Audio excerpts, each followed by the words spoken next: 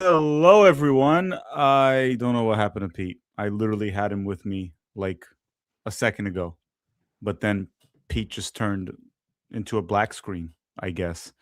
We'll find out soon what's going on with Pete. We're live here. The lineup was out, so we were talking, we were chatting. We're like, might as well just go live, start talking about this. Pete is back. Pete is back. There we go. We were bored, so we're live. Lineup is out. We're gonna put it on the formation once FootMob releases it, even though FootMob isn't Well, always could be accurate. wrong. Yeah. But overall, the first reaction to the lineup that we have today to face Belgium, good lineup. It it's a good lineup. According to FootMob, it doesn't mean they're right. It's a 4-2-3-1, according to FootMob, Okay, it with could be a Ream four two McKenzie three as the one, center. but We here's the don't know for thing. sure. So let's go through the two variations. Right, we're gonna find out when the game starts, but the first thing is Matt Turner's the goalkeeper. So Matt Freeze has been benched for now. We don't know if this is something Pochettino has planned and he or he just wants to give Turner a shot. Me and P were talking about this before the stream started, and ultimately, when it comes to Matt Turner, Matt Freeze, it's like six or half a dozen. So you pretty much just pick the hot hand God. for the World Cup. And Matt Freeze had a shaky game in New York. It And doesn't also, matter. even when he's played for the US, he's looked shaky at times, right? He hasn't been lights out good. He's been mostly good, but there's been some moments that you go like that goal against Ecuador. You're like, how is his positioning? Should he have done better there? You know what I mean? Like that sort of. There's questions. I guess it's like for both of them, but then it goes back to what you were talking about before we started the stream is one advantage for Matt Turner is if they're both playing at the same garbage level, at least you play the more experienced guy. Matt Turner has a And World in the Cup under World his Cup, belt. he's also Um, played in Europa League, mhm. FA So Cup. so I guess that's one benefit. But Matt Turner starts today. We'll see how he does against a strong opponent. The right back or right wing back. Now it's going to depend on the formation, right? If it's a back four, back three. Let's assume if it's a back four, Way is the right back. If it's a back three, Way is a right wing back. The left back or the left wing back would be Anthony Robinson. Now here's where me and Pete are not sure. We know Tim Ream and Mark McKenzie are the center backs. If it's a back four, they're the only center backs. And then Weah Yeah. and Robinson, close that back line. If it's a back three, very, very likely my agenda has come to life, Pete. Tenor Testman might be a center back today. Might Yeah. be. Now, Um, I don't see why Poch would all of a sudden go to a 4-2-3-1 after playing 3-4-2-1 for the last 5 games. Unless it's specifically because of the center back injuries. He didn't feel like he had 3 good center backs. Could be that. But we'll have to see when the game actually starts. yeah, we don't know, right? It could also be that he just wanted to. We don't know. Like, what if he was going to test Testman there, regardless of everyone being available? What if he was already going to True. test him? We don't True. know. Yeah. Um, Yeah. so Testman is either a center back today, or he might be playing in a double pivot with Johnny Cardoso, which is another big storyline for the day. Johnny is an Atletico Madrid starter. He's done well in Brazil. He's done well in La Liga for a lesser team, Real Betis, and now he's doing well in La Liga for one of the big three.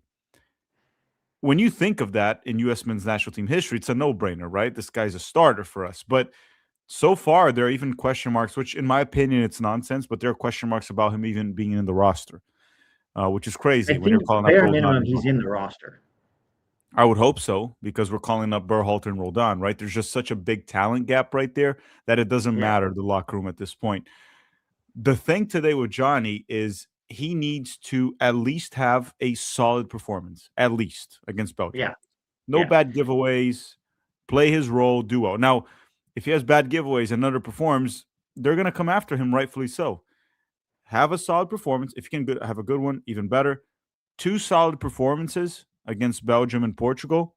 And I do think for the World Cup, he will be fighting for a starting spot. But he can't make a single mistake today.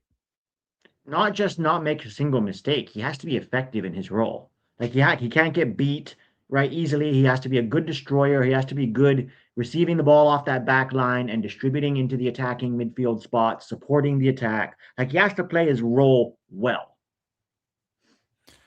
Yes, that to me is the bare minimum at this point. He needs to start standing out for the national team. And then the other players in the lineup, then we have Weston McKennie, which we don't know. Like we said, we don't know if it's a 3-4-2-1 or if it's a 4-2-3-1.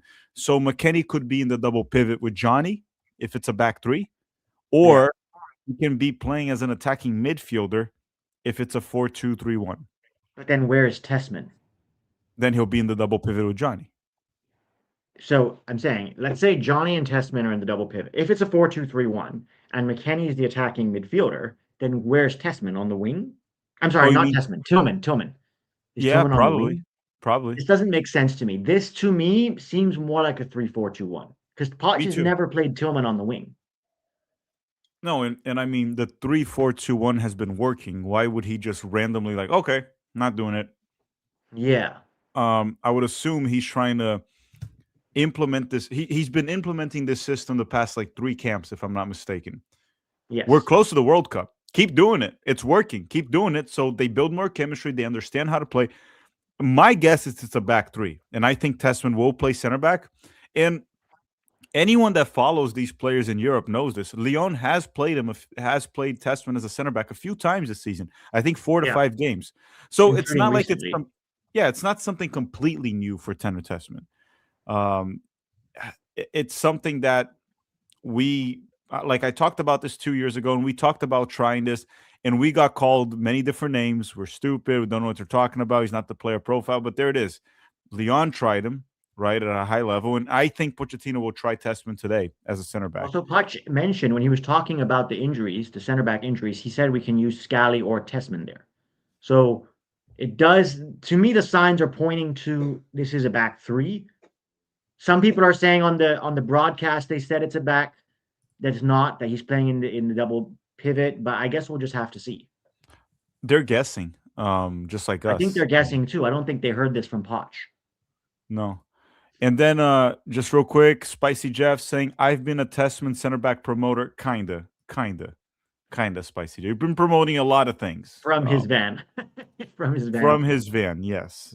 You've been promoting a lot of things. So on FootMob, they put it as a 4-2-3-1, but as Pete said, FootMob does it. I don't think they have a guy doing it. I think it's kind of automatic. And Yeah. they probably go based on the position the player plays the most, and Testman plays the most in the midfield. So it Yeah. kind of makes sense that they would put that. But if they go so if you go based off the positions that the players normally play, it's a 4-2-3-1. If you go based on the formation that Pochettino has been using, it's going to be a 3-4-2-1. So we'll find Yeah. out when the game starts. Let me ask you then a question. Mm. Which one do you want to see? 3-4-2-1. I think that's where we've looked our best under Poch. Frankly, it's where we've looked our best maybe since Cuba. Like, I don't remember us ever looking like we did against Paraguay, Ecuador, Australia, Uruguay, and Japan in any back four. So I want to see a back three continued. And also, I want to see Mark McKenzie tried in a back three because what if something happens to Chris Richards? Or even if not, what about the position next to Chris Richards? This could be Testament in the middle. We realize this, right? There's a good chance. I think we're assuming if it's a back three that Mark McKenzie is playing in the center. It could be Testament in the center because then he can step into midfield in possession. It could also be McKenzie in the middle. I want to see McKenzie. McKenzie's playing very well in a top 5 league for Toulouse. And like Johnny, usually that would be like, oh, he's starting in a top 5 league. He starts for us, right? But the problem with McKenzie is for the US, his performances have been erratic.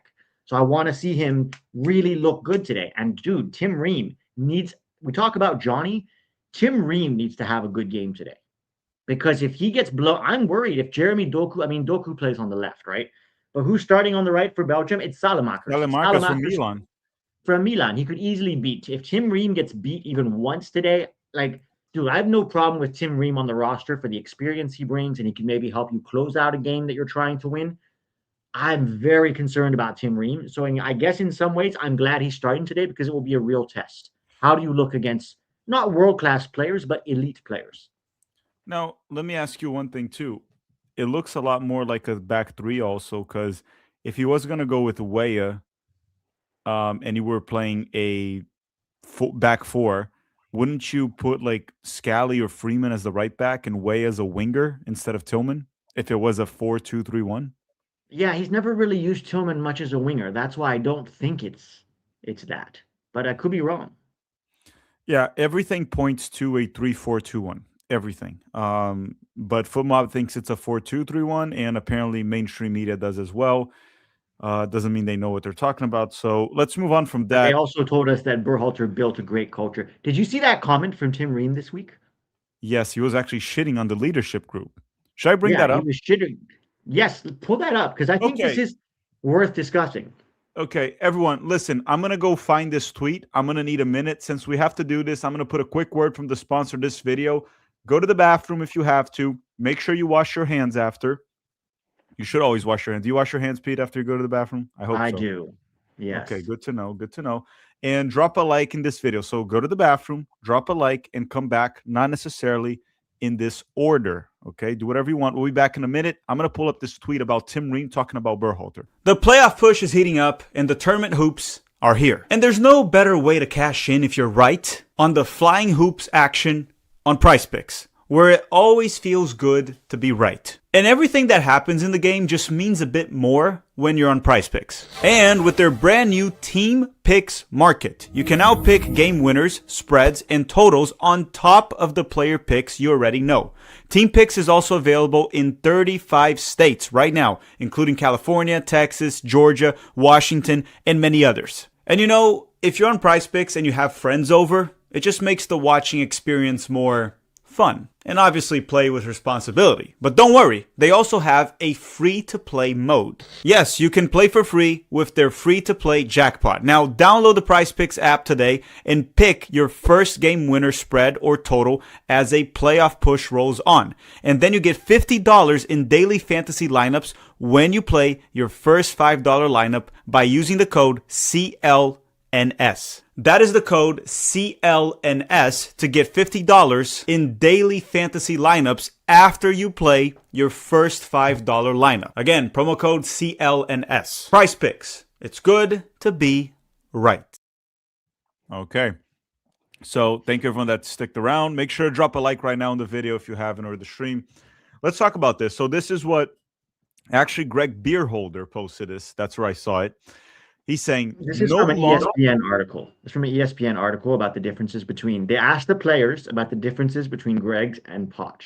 Or no, they asked them what it's like to work under Poch. Poch as a coach. Do you Continue. want to read it? Because this one is this. I know you're going to enjoy this. Go. In the previous cycle, Berhalter appointed a so-called leadership council of select players. We know who those were, which the coaching staff used to take the temperature on certain issues. Under Pochettino, there's no such structure in place. Multiple players said the current setup makes for better dialogue where anyone can speak up.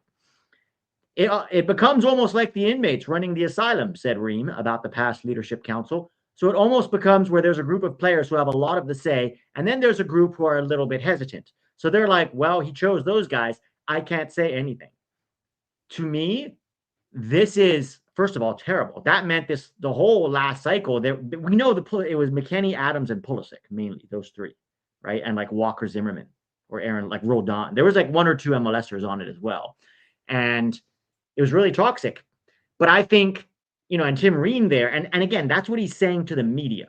Whatever they're saying to the media is dialed back from what they really feel, right? So if he's saying that, it was probably like, what the fuck is this? But I find this super interesting, Tack, because for 6 years, we were gaslighted by mainstream media and the people on their knees for Berhalter who thought he was the American Guardiola about, they would finally admit his tactics were terrible, but he's creating a great culture in the group, guys. A great culture. There was no great culture, guys. It was so obvious there was not. Pochettino has spent a year and a half trying to get the culture away from whatever, Berhalter had built. So this idea that he was this great, leader of men, culture builder is just out the window. Yeah, and if anyone has any doubt, it's coming straight out of the players. Yeah. And here's the interesting thing is, why is Tim Ream even talking about this? Because specifically talking about like the leadership group, he could just stay quiet about it, Yeah. right? He doesn't have to specifically talk about it, but it seems like he wanted to call it out. He was probably just saying that was bullshit. That guy was crazy, and that's what he did. It almost like creates cliques in the group. Yeah. And that's what And Berhalter entitlement. did. And entitlement. Yeah. So it's interesting to see the players feel much more comfortable to speak out now that he's gone, because no one would speak about it before, right? They just kind of like sucked it up, which was a major issue. And mind you, you guys might be saying, why are you all even bringing this up? Guess what? He could have been the coach today. Like he was originally the coach for this cycle as well. Yeah. So Also, we didn't bring it up. Tim Ream did. Tim Ream no, bring brought it this up up. again, like we're talking about it. That's what I We're meant. talking about it because bad practice will be repeated if it's not called out. People want to, there are a lot of people, in fact, the people who say, why are you bringing this up, are often the people who liked Berhalter and don't want to be reminded of how incredibly wrong they were, number one. Number two, bad practice and bad leadership, if not brought up later and held up as a bad example, will be repeated. It will be repeated. So it's important to bring it up and to call it out. Continue. Yeah, and on top of that too, I think 2 weeks ago we had the reports from an interview with Jesse Marsh where he said he was close to signing with Leicester, and he rejected Leicester at the time because pretty much U.S. Soccer told him he had the job. Now, of course, it depends on how they word it, but I don't think Jesse Marsh is crazy enough to reject Leicester because he wanted that job without knowing that he had it. And then they just walked back on it and signed Berhalter. And I talked about that on X. I didn't talk about it on YouTube. I think regardless of where you stand with Jesse Marsh, and regardless of whether or not you believe Jesse Marsh that he was offered the job or not, I heard he, that from multiple. He was not offered the job, but they did tell him to leave Leicester and come because they were going to have him coach the US. but even if they didn't, regardless of that, Jesse Marsh did not take the Leicester job, and he clearly had the U.S. as the priority. That's pretty crystal clear. And regardless of where you stand on Jesse Marsh, if you think he's good, bad, or not, there is no scenario and no justification that you can use to pick Berhalter returning after the saga he had with Reina, after everything that happened, and even his work on its own, to pick Berhalter over Marsh to start the cycle. Now, would we have been better off with Marsh? I'm not getting into that. I'm just saying there's no reason to have picked Berhalter over Marsh at that time. Well, also, they actually were going to hire Marsh, and then the leadership council said they didn't want Marsh because they didn't want to give up their power. The leader, remember when Pulisic and Adams and all these guys came out, Weah, and they were like defending Berhalter when he got rehired? Those players told the federation, from this is what I heard from a source. They told the federation they didn't want Marsh. And why? Why? Well, maybe they didn't like Marsh. I don't know. There's certainly reasons to not want Marsh.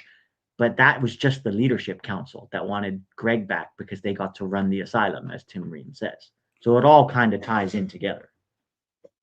Yeah, that's like what works for anything in life. If you think about even like politics, sometimes someone will vote for someone mainly because it's just self-interest. Like this candidate might not be better for that, but it's better for me, so we'll go with that, Yeah. regardless of the other outcomes. And it's the same thing with that.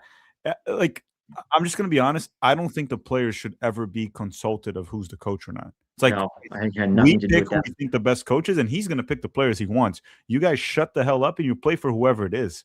Yeah. Um, anyhow, Tevon is saying Pochettino clearly watches Tactical Manager TV. I doubt it. He seems like the type of guy that consumes content in Spanish. Yes. Definitely not Tactical Manager TV.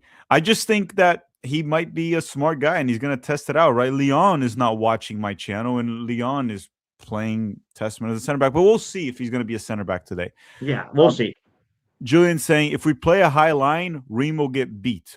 Oh, yeah, for sure.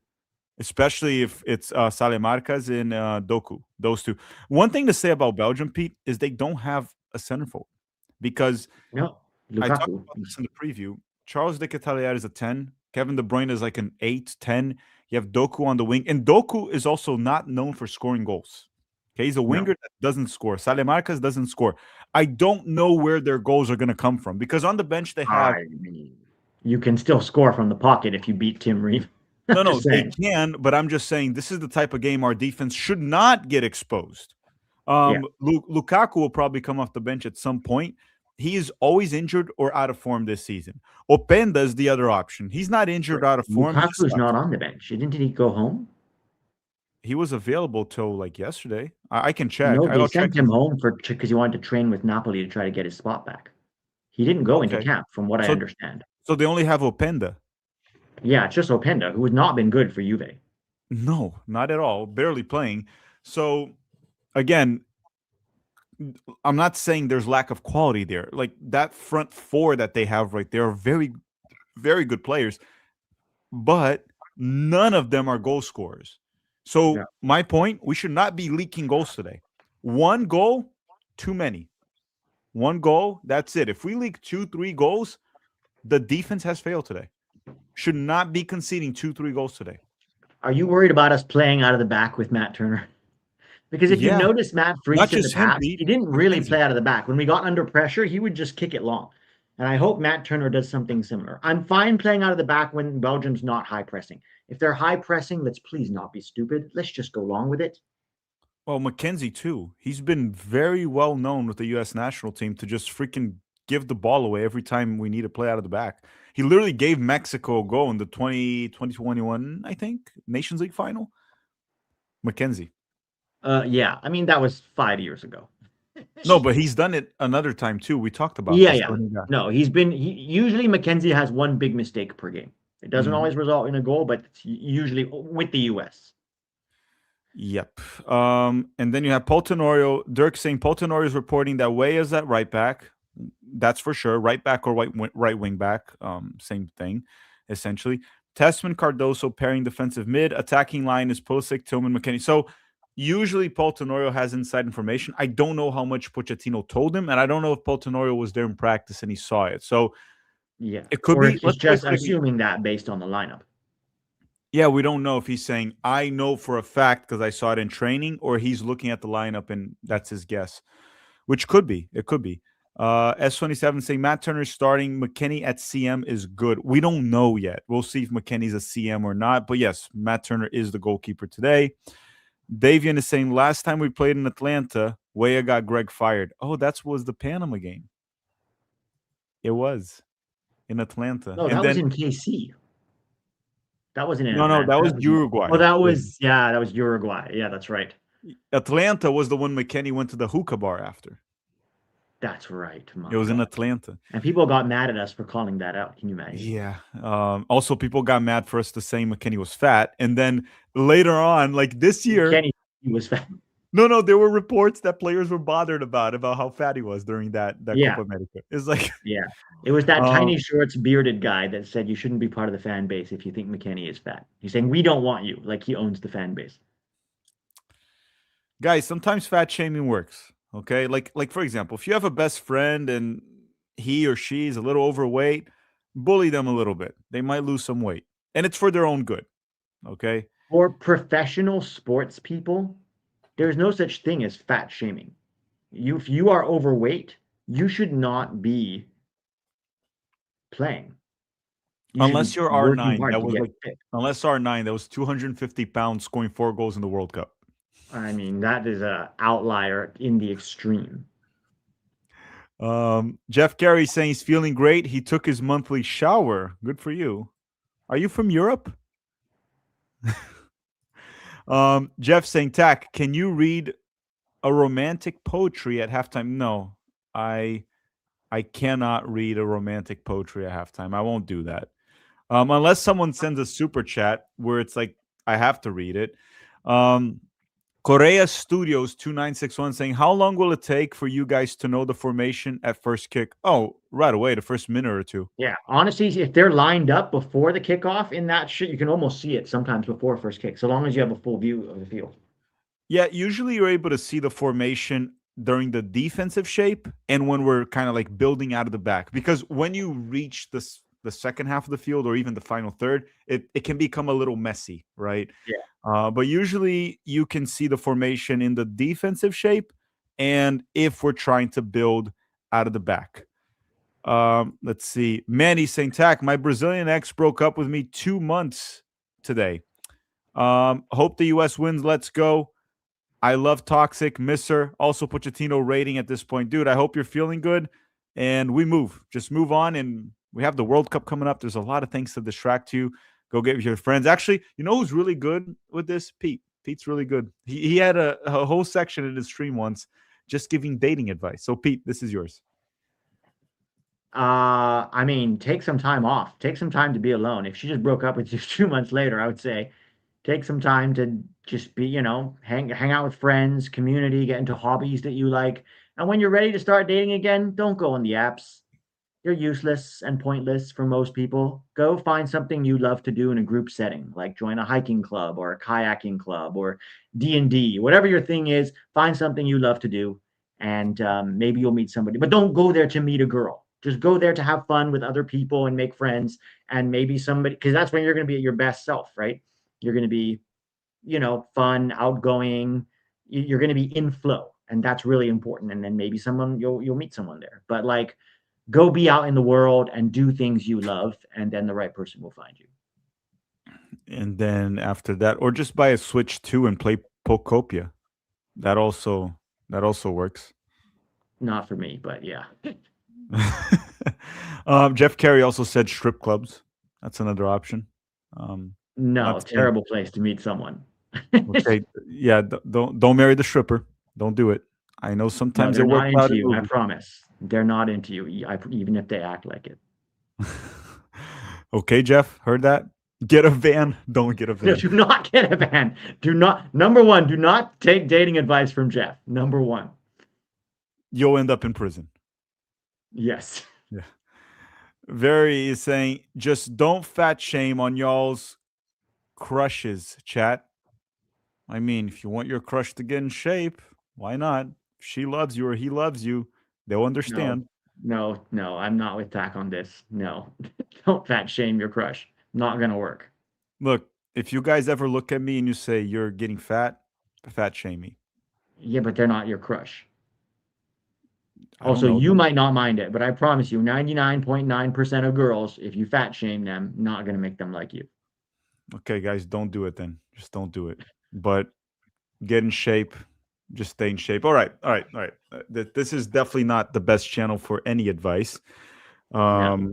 But guys, make sure to drop a like in this video because then it helps the channel reach more people, and then I make more money and I can pay for the fuel of the private jet that I don't have, that I don't have yet. That I don't have yet. Stay away from Uh, private jets, man. Private jets these days, not looking good. you had one?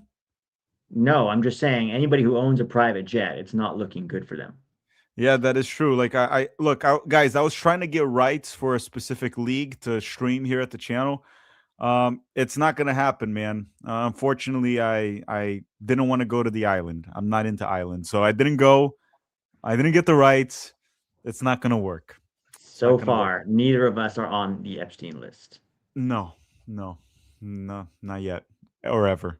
But let's just go back here because the game's gonna start in. Wait a second. They Well, it's said supposed to count. start in 5 minutes, but it's US soccer, so we know it's Did you not going see to. that? Wait, I can't go back here, but it said countdown 35. Did I see that? No, stop. There's no way. I'm not gonna. Supposed to start at 12:30. I'm seeing. Where did you see this countdown? On I'm the watching on screen? TNT. TNT. I'm watching on TNT also. Well, now Beasley's talking. Yeah, Beasley's talking. I don't see a countdown. The stadium looks very empty.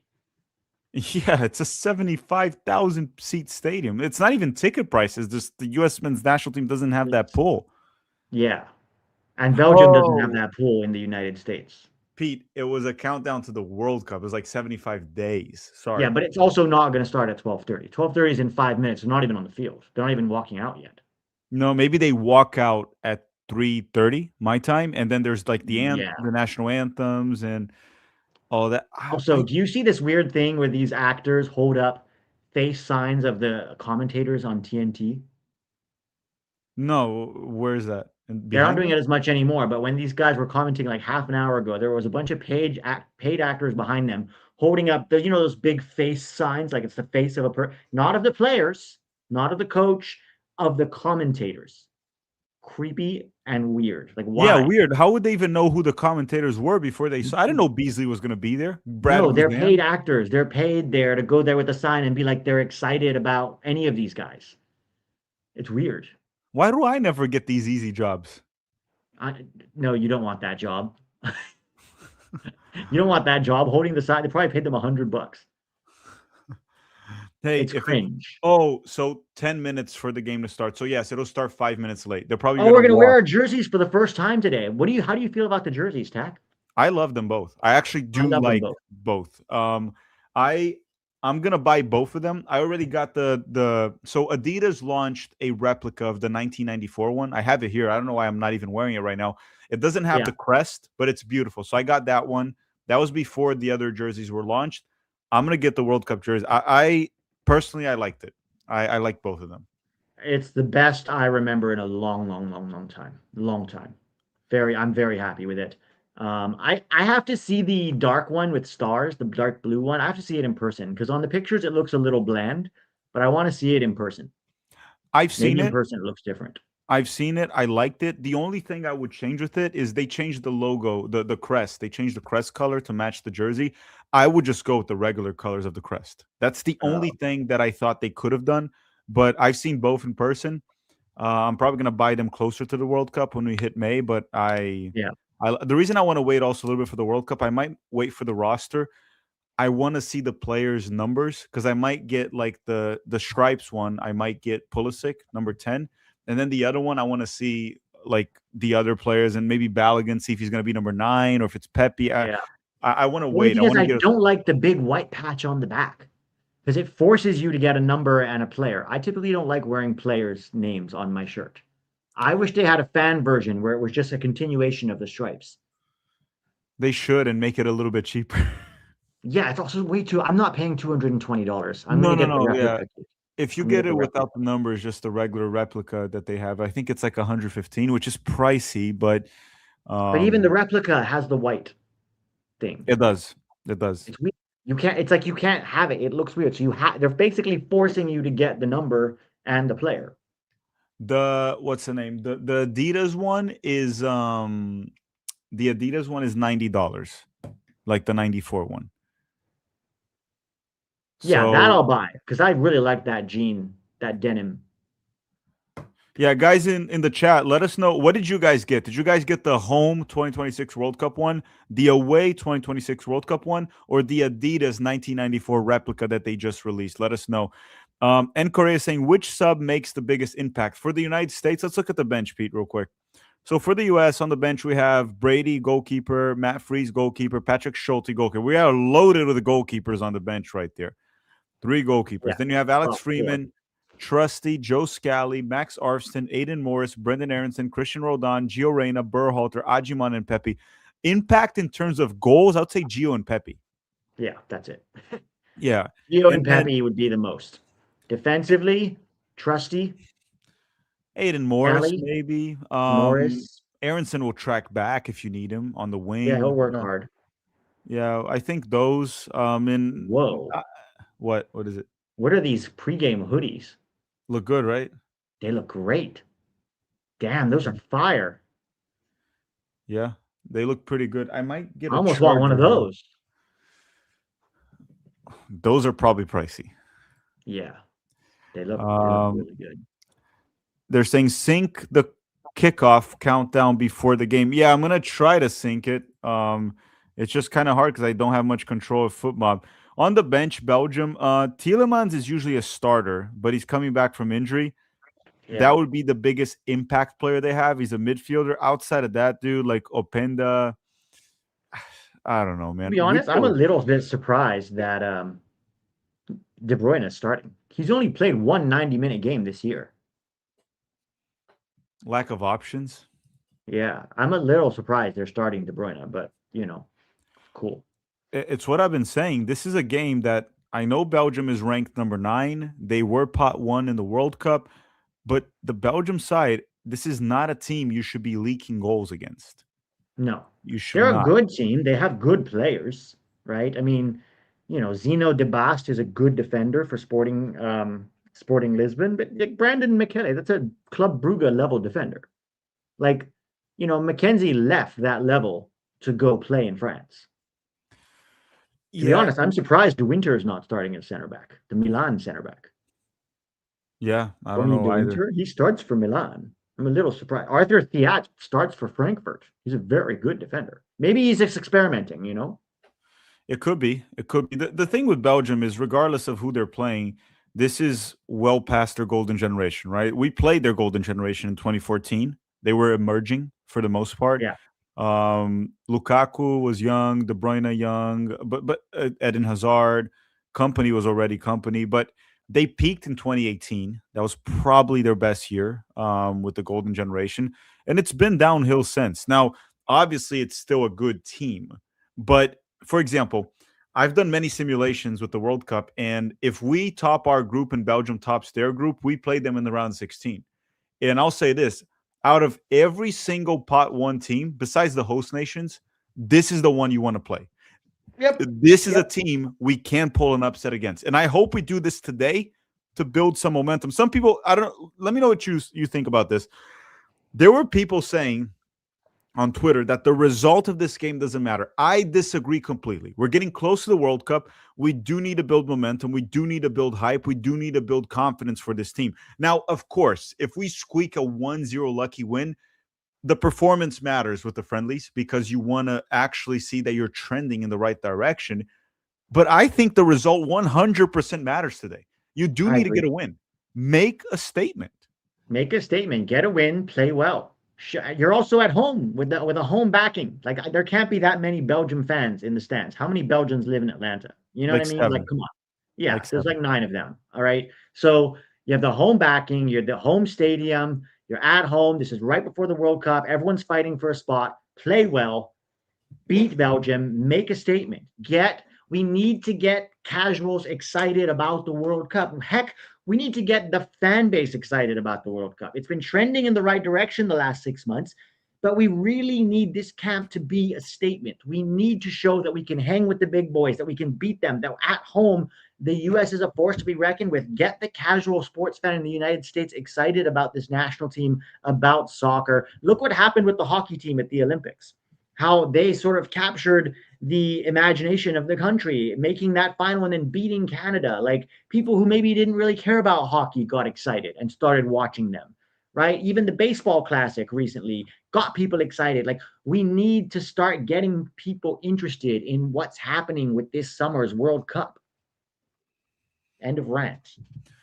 Yes. Well, I also think that if you don't instill the mindset of like, hey guys, every game matters. So sure, we do need to perform well because we're building something for the World Cup, but go freaking beat your opponent. Like you Yeah. can't go with this like mentality of like it's okay if we lose this one. No, no, no. Every game matters, and there should be criticism if they don't beat Belgium. If you want to make a quarterfinals run in the World Cup, which that would be special, you have to be able to beat a team like Belgium. This is Yeah. not Spain. This is not France. This is not honestly even England. Beat Belgium. No, it's not Brazil or Argentina either. Well, Brazil these days, we might be able to pull some. I don't know. I mean, they lost to France, but that is also France. And they Yeah. lost 2-1. It's not like France thumped them. What do you make No, real quick of Vinny Jr. like forgetting to play soccer when he puts on the Brazil jersey? I don't know what's wrong with that guy. And here's the crazy thing about Vinicius is um, people said it was like, oh, the coaches don't know how to utilize him. Well, guess what? Brazil got the coach that literally knew how to utilize him in Real Madrid. And he played like garbage against France. I know it's France, but still, he's performing in the Champions League against that level of opponent. Yeah. Oh I yeah. I don't know. I just think maybe he just can't be that guy. He can't do what Neymar used to do with the Brazil. Neymar used to actually perform for Brazil. It looks like Vinicius just isn't that guy. And just real quick before we move on, anyone saying that Neymar will solve the issues with Brazil, go watch Neymar for Santos. Anyone that's watched, there's echo. I think it's yeah. If go watch Neymar for Santos, he's not playing well.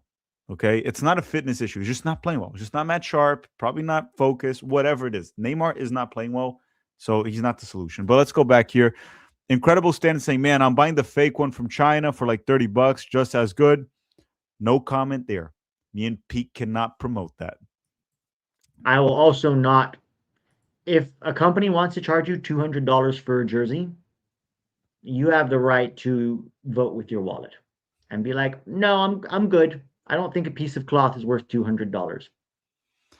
I wonder how much it cost them to make a USMNT jersey. It's probably like $20 or $15. Also, probably made in China, by the way. Oh yeah, very likely. Fallen Phoenix saying, I hate Turner starting. He's not it. It hurts Freeze's confidence. Matt Freeze is nothing special, but Turner is more error prone. I I'm just gonna say this again. Um, I disagree in the sense of I think they're the same thing. We don't know. Poch could have said, "Listen, you're going to get one game each," so that would not hurt Freese's confidence. And by the way, if Freese is so confident, look, I'm fine with Freese starting at this World Cup. I'm also fine with Turner. I want to see how Turner looks today. What if he looks really good? It might make me feel a little more comfortable about our goalkeeper because I still have question marks and doubts about Freese. To be fair, I have those about Turner too. Like, I mean, also, if being like benched one game hurts his confidence, then that's probably not the guy you want starting in the World Cup. exactly. Devonta Jones saying, I got the 26 home McKennie jersey. It looks amazing in the front, but the name and number doesn't cover all of the white. It looks bad. I'm not going to lie.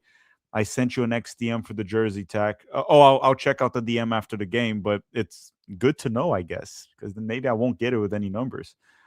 But there 1558 is no bets. kit without it. Yeah, might just get the clean kit actually. Say new sub for friendlies, really 11 subs. Yes, the teams are allowed to do 11 subs today if they want to. Doesn't mean they will, but they're allowed to today for this game. Anthony saying, I love the guitar version of the US anthem. I was muted, so I wasn't able to see it. Pete, the game started. Let's give a look here. Dude, the jerseys are. What is going on here? Why is it looks even similar. I mean, I can see the US, but why is Belgium wearing white?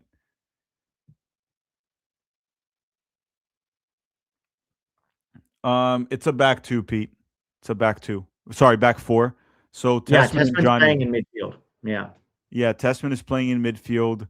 Let me go through two super chats, and then we're going to talk about the game here that has already started, by the way. Churko Petro is saying, only the club team supporters who despise the national team play think these friendlies don't matter. My fellow Barcelona supporters are terrible with this. Yeah, I mean, people that are club over country, but the result does matter. We're playing a 4-2-3-1, so he did change the formation. And, dude, I'm getting confused sometimes with the uniforms. I know, they're weird. I really don't Which like them. stupid, idiotic thing made this decision? Belgium should have just worn their normal red orange kit. Or we were the black one in this case. I don't Well, we're know. at home, so we're allowed to wear our home kit. Oh Oh, my Tim god, Ream Tim already Ream. messing up. Oh my god, Tim Ream. Oh my god. That wasn't even a speed problem. He just messed up the ball. Well, he came to cut it out and he missed it completely. I'm gonna start marking things Yeah. down. Schwab. Sunderly is saying, bro, they won't win. We know our football in Belgium's like, I don't know, man. Like Belgium, you guys have a good team, but you're well past your prime. I wouldn't put it past Belgium to lose this game to the US. I'm not underestimating Belgium. If we play a garbage game, we'll actually get destroyed. Yeah. But Tim Ream already Hmm. starting the game a bit shaky here. Justin Gannon saying, what do you guys think of Jelly Roll World Cup song? I haven't heard it. I I don't have, care for World Cup songs. They have to grab me. The only one that ever really grabbed me was Shakira's. well, Waving Flag was good. It was fine, but it was the same time as Shakira. Like the official World Cup song was still Waka Waka. Yeah. Dude, sometimes Belgium has the ball, and I think it's a U.S. player. But Well, anyhow, Belgium had a chance. Very poor marking in the box. Thankfully, it bounced off Ream. But Belgium just had a chance. yeah, I'm not a not good start. back four. I'm going to be honest, Tech. So far, I mean, it's early days, but I don't love this. Oh, boy. All right, United States. So Johnny drops to help build out of the back, Yeah, finds Anthony Robinson wide. Belgium are pressing very high. Yep. So in possession, when we're building out of the back, Johnny's dropping almost like a center back. Not to defend, but when we have the ball. Yeah, Did you see how Tim Ream went central, McKenzie went wide, and Johnny dropped? yeah. Johnny almost drops in the build out. I don't. We're starting the game a little bit nervy. I don't love that. Like, there's not. Belgium's gotten a lot of time and space on the ball. We look a little disorganized. Maybe it's switching back to the 4-2-3-1. Dude, I'm still pissed off at whoever selected these jerseys. No, it really does. It really sucks. You know what it is, dude? It's the white on the back. The white on the back makes it look like when they're facing us, it's not as bad. But when they're facing away from camera, the white on the back for the US jersey makes it look like the same team. Honestly, this whole white thing on the back was a real cock up. Yeah, but A-Rob, hey, A-Rob. Rob, good cut. Good. Okay, dangerous Oh, ball. cleared. But good. Much better from A-Rob. I'm so glad he's back, man. So glad he's back. We had to watch way too much of Arson.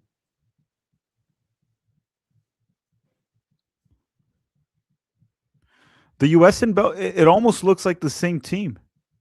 Yes. I'm telling you, why didn't Belgium just wear their orange? Is it because that's their away jersey? But surely they knew what jersey we were going to wear. They usually talk about this. Also, I I'm mean, sorry, the white on the back does not look good. it's just really stupid what they did. Okay, the United States Okay, drives it forward. McKenny. McKenny. Let's go. Oh, no, cut out. No, bad pass there to Balogun up top, and Belgium's able to clear it. McKenzie. So what I'm trying to understand here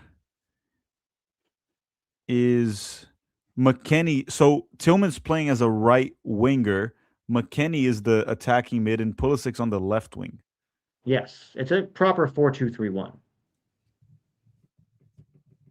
Here comes Doku versus Weah. That's a matchup I really want to watch.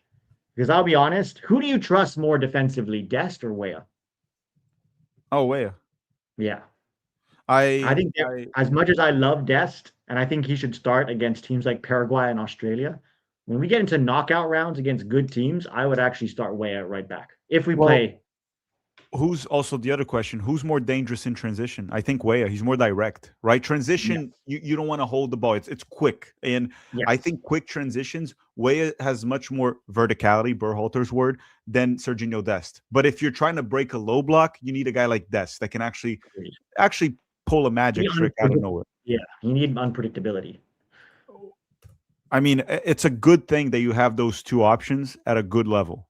That's what's important. You have those two options. So if you're playing against an inferior team, a low block, you go with Dest. If you have to defend more and counterattack, you go with probably Weah. And then the other options you have are Freeman and Scally, but they probably shouldn't play in the World Cup. They should just be options. Here comes Weah. Weah? Ball. He'll get there. Ball goes in. Oh, Pulisic couldn't reach it. It was tough. He had to really jump for that. It was also, far out. Yeah, also Pulisic's head game's not the best, though. There's that. No. He's not known for his head game, right? So no, that. But hey, that's a good play right there. It's a good play by Weah. Mm-hmm. No, even Pulisic, right? He did what he could. Okay, he could have hit the target, but I doubt he scores there. The good thing is they don't have Courtois. Oh, Belgium in quick transitions. We cannot. Doku versus Weah again. Doku versus Weah. That's McKenzie. Okay. Honestly, that's good defending. He didn't get beat. Mm-hmm. That's good defending 1v1 for McKenzie. Free kick here for the United States. Honestly, at halftime, they should just change the U.S. jersey. If anyone has like 2 brain cells, they would just bring that up at halftime. Are they even allowed to do that? I mean, it's a friendly, so you open it in the World Cup. No, but they're not making this mistake in the World Cup. They better not. No, this is not happening in the World Cup. And by the way, everyone, if you guys just tuned in, make sure to drop a like in the stream right now. It takes 1 second. It's free, and we appreciate it. Thank you very much for that. U.S. tries to go long again. Okay. Oh. Just let it go out. Let it go out. Corner. Yeah. Who takes corners? Is it going to be Pulisic with no Gio on the field? It's going to be Pulisic, isn't it? Yeah. And just a reminder to everyone, we forgot to talk about this. Courtois is not playing. Okay, that's a pretty big deal. No, their best center backs are not playing either. Fiat and De Winter are not playing. I'm telling you, today we have to pull a win. This is a beatable team, and we can see it right from the start of the game. It's very balanced. It can go either way, but we got to pull a win here at home. Okay, we go short corners. I hate short corners, but let's see how this goes. Tillman, okay, shoot it. Oh, he's not a right-footed. Oh, good shot, save. Who gets the rebound? Good shot by Tessman. You have to crash the box. Oh, You know what? Those are the plays where I mean Balogun scores that too, but those are the plays where Pepe usually scores the yes, rebound. because he's a poacher boy. Mm-hmm. I Oh, mean, don't good get me shot wrong, Balogun's our starter, but that was it was Robinson with a shot, not Tessman. It was with his A-Rob. right foot. Was With it the wait, was it Tessman? You're no, it was saying A it looked Rob. like It was Tessman. A Rob. A Rob. Oh, it was A-Rob. It looked like Tessman. They're saying you are behind your live score. I'm behind like 10 seconds, guys. I'm at minute 9, and it's like okay, like 19 seconds. All right, Tack, I'm gonna be in and out, okay? Okay, see you soon. And then S27 saying, is this a 4-2-3-1? I don't like the back four. Yes, we're playing a 4-2-3-1. Johnny and Tessman are the double pivot right now. And we're playing there with McKenzie and Tim Ream as the two center backs, A Rob and Way as the fullbacks. Okay, corner kick here for Belgium. US has been, I mean, it's been only 10 minutes, but I'd say the United States has been slightly better.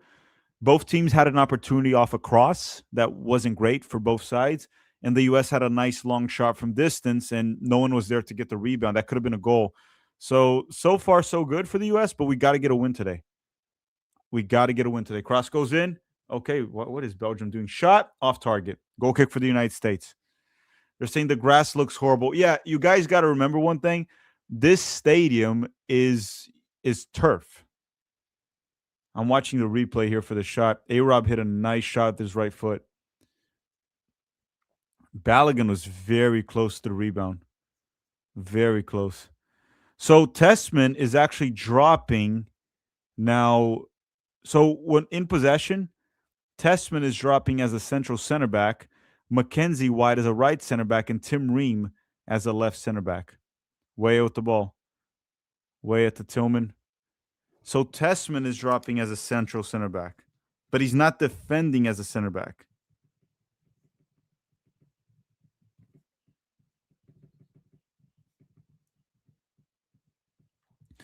So essentially, in possession, Tanner Tessman is a center back. When we're defending, Tanner Tessman's in the midfield.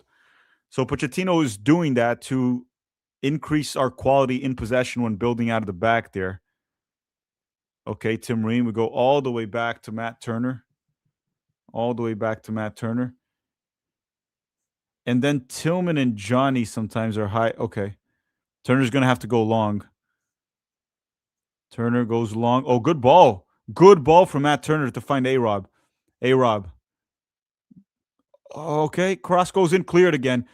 Johnny's very high up the field right now. Don't know if that was an instruction for Pochettino. We got to be careful here in transition. Doku again on a 1v1 with Weah. That's a good matchup to watch throughout the game, everyone, to see how Weah does against a guy that is a 1v1 specialist, right? Doku doesn't score many goals for Man City. I watched the Premier League quite a bit. I don't remember watching Doku score at all. He definitely has scored for Man City. I just don't remember. Johnny on Doku. No, that's Pulisic. They called a foul. That didn't look like a foul. Looked like a bit of a flop. Didn't look like a foul to me. Okay. So free kick here for Belgium 12 minutes into the game. Pulisic was marking Doku. That's not a foul. Pulisic barely touched him. That is such a little soft call. Goku? No, it's not Goku. It's Doku. Did I say Goku? I thought I said Doku, but if I said Goku, that's pretty cool. One of my favorite anime characters. Kakarot. Free kick for Belgium. De Bruyne cleared by Johnny Cardoso. Belgium still has. Oh, counterattack. Balogun lost the ball. My goodness. Lost the ball. Sometimes I'm getting it confused, though.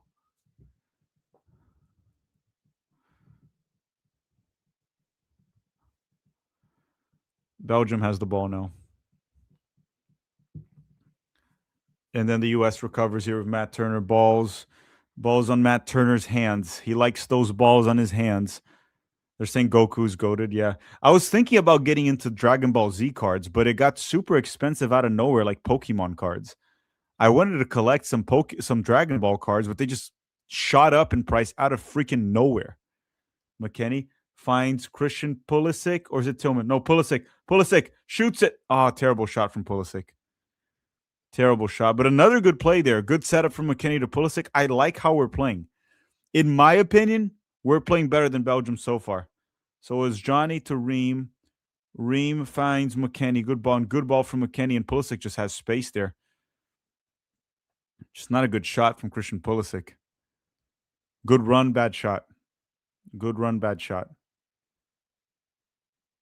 Pulisic's cold streak. Yeah, Pulisic has been in a cold streak for Milan. He did get an assist. The game before this camp, he got an assist, Christian Pulisic. But yeah, he hasn't been performing at the same level that he was when he started the season, where he was freaking balling out.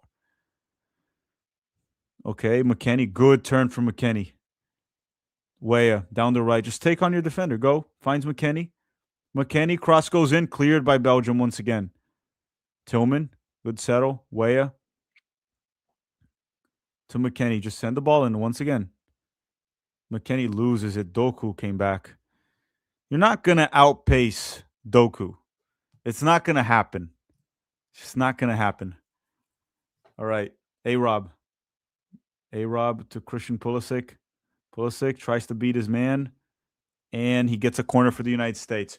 Rogelio is saying, let's get it. Also, if you guys don't know, there's a Discord server you guys can join. The link is in the description. It's our community. Unfortunately, I don't know how to use Discord. I don't use it very much. People say it's because I'm old. Even though I'm not that old, I'm really not. You guys can probably tell because I'm better looking than Tom Cruise. But the link to the Discord is in the description of this video. If you guys want to join it, just click on it, join it. It's our soccer community. Okay. Corner kick for the United States. Tillman's on it, right? Yeah, Tillman. Ball goes in, cleared by Belgium once again. And they're going to try to hit the U.S. on the counterattack. But they're slow. Besides Doku, this team is slow. And the U.S. recovers the ball once again. Anthony Robinson. A-Rob just drives it forward on his own. Finds Balogun down the left flank. Let's see what Balogun can do here. There's no one else, though, in the box. Balogun to A-Rob. A-Rob tries to get back another corner for the United States. Fellas, we're out playing Belgium, and we're playing good soccer. We're playing good soccer. We're looking sharp. We're looking good. I just hope we get an informed Pulisic. I think that's the big difference right now. It's not that Pulisic's playing poorly. He's not playing poorly today. No one's really playing poorly for the U.S. so far, besides Tim Ream with one or two shaky moments. But if we can play like this every game in the World Cup, and Christian Pulisic can catch good form, I like our odds. Oh, cross goes in. McKennie, go! Oh my goodness, how did he waste that? That was from like 3 yards. Who blocked it? Was it the goalkeeper, the defender? Oh. And then De Bruyne in transition for Belgium. De Bruyne dispossessed. That should have been a goal. That was a save. McKennie was so close. I need to rewatch that. I think, I don't want to say this already, but I think McKennie has to do better. Like, if you have a good finish from that distance, there's no goalkeeper that can save it. Cross from Doku, that's going to be a corner kick for Belgium. I need to see the replay because, let's see. So the cross went in. Belgium's defense messed up. He could have done better with the finishing, but it was so quick, right? He had to take a very nice first touch with his chest or his belly, and then he finished it the way he could. Let's put it this way. I can't blame McKennie.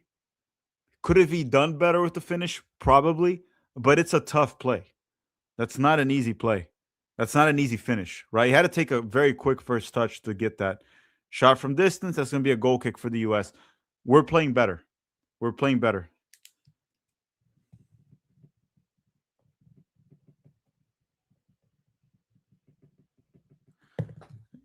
And Malik Tillman's set pieces so far have been good. So far.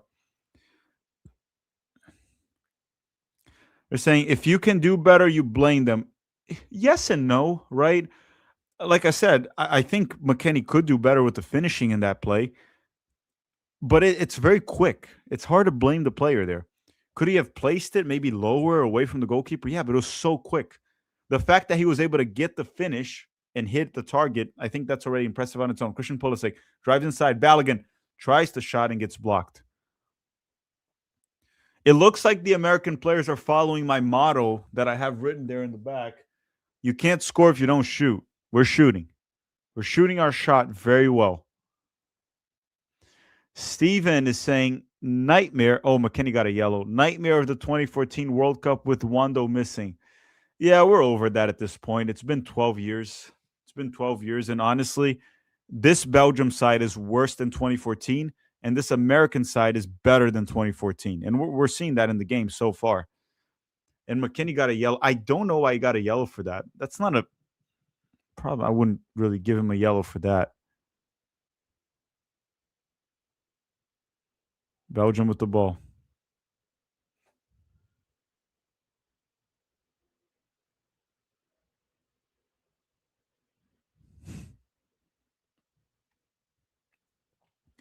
Goalkeeper with the ball. We're going to hit 20 minutes here into the game. The U.S. should have had a lead by now. We should have had the lead. Should have scored. Jeff saying, as far as the uniforms are concerned, we need higher and tighter shorts. Jeff, if they let you pick the uniforms for the game, I'm pretty sure you would have done shirts versus skins. We should ask Jeff that. So, Jeff, if it was shirts versus skins, which team would you want to be the skins? Belgium or the US? I want to know what Jeff would pick. Shirts or skins, Jeff? Who would be skins? And here comes Belgium. Cleared. Johnny to A-Rob. A-Rob, good ball from A-Rob. Pulisic, go.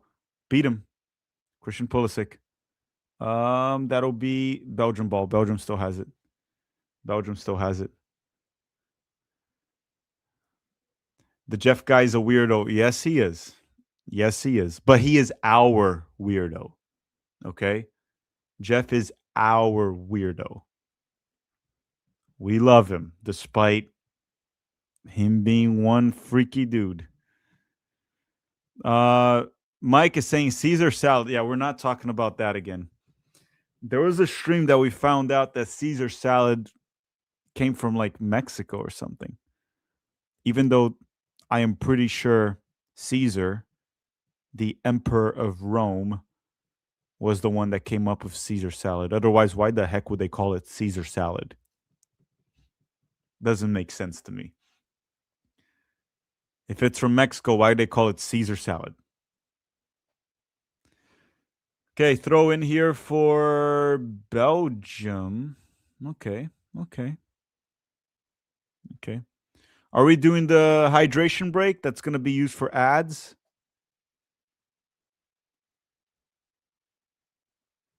The throw in that they gave to Belgium, I think it was US ball. It looks like McKennie hit the Belgium player.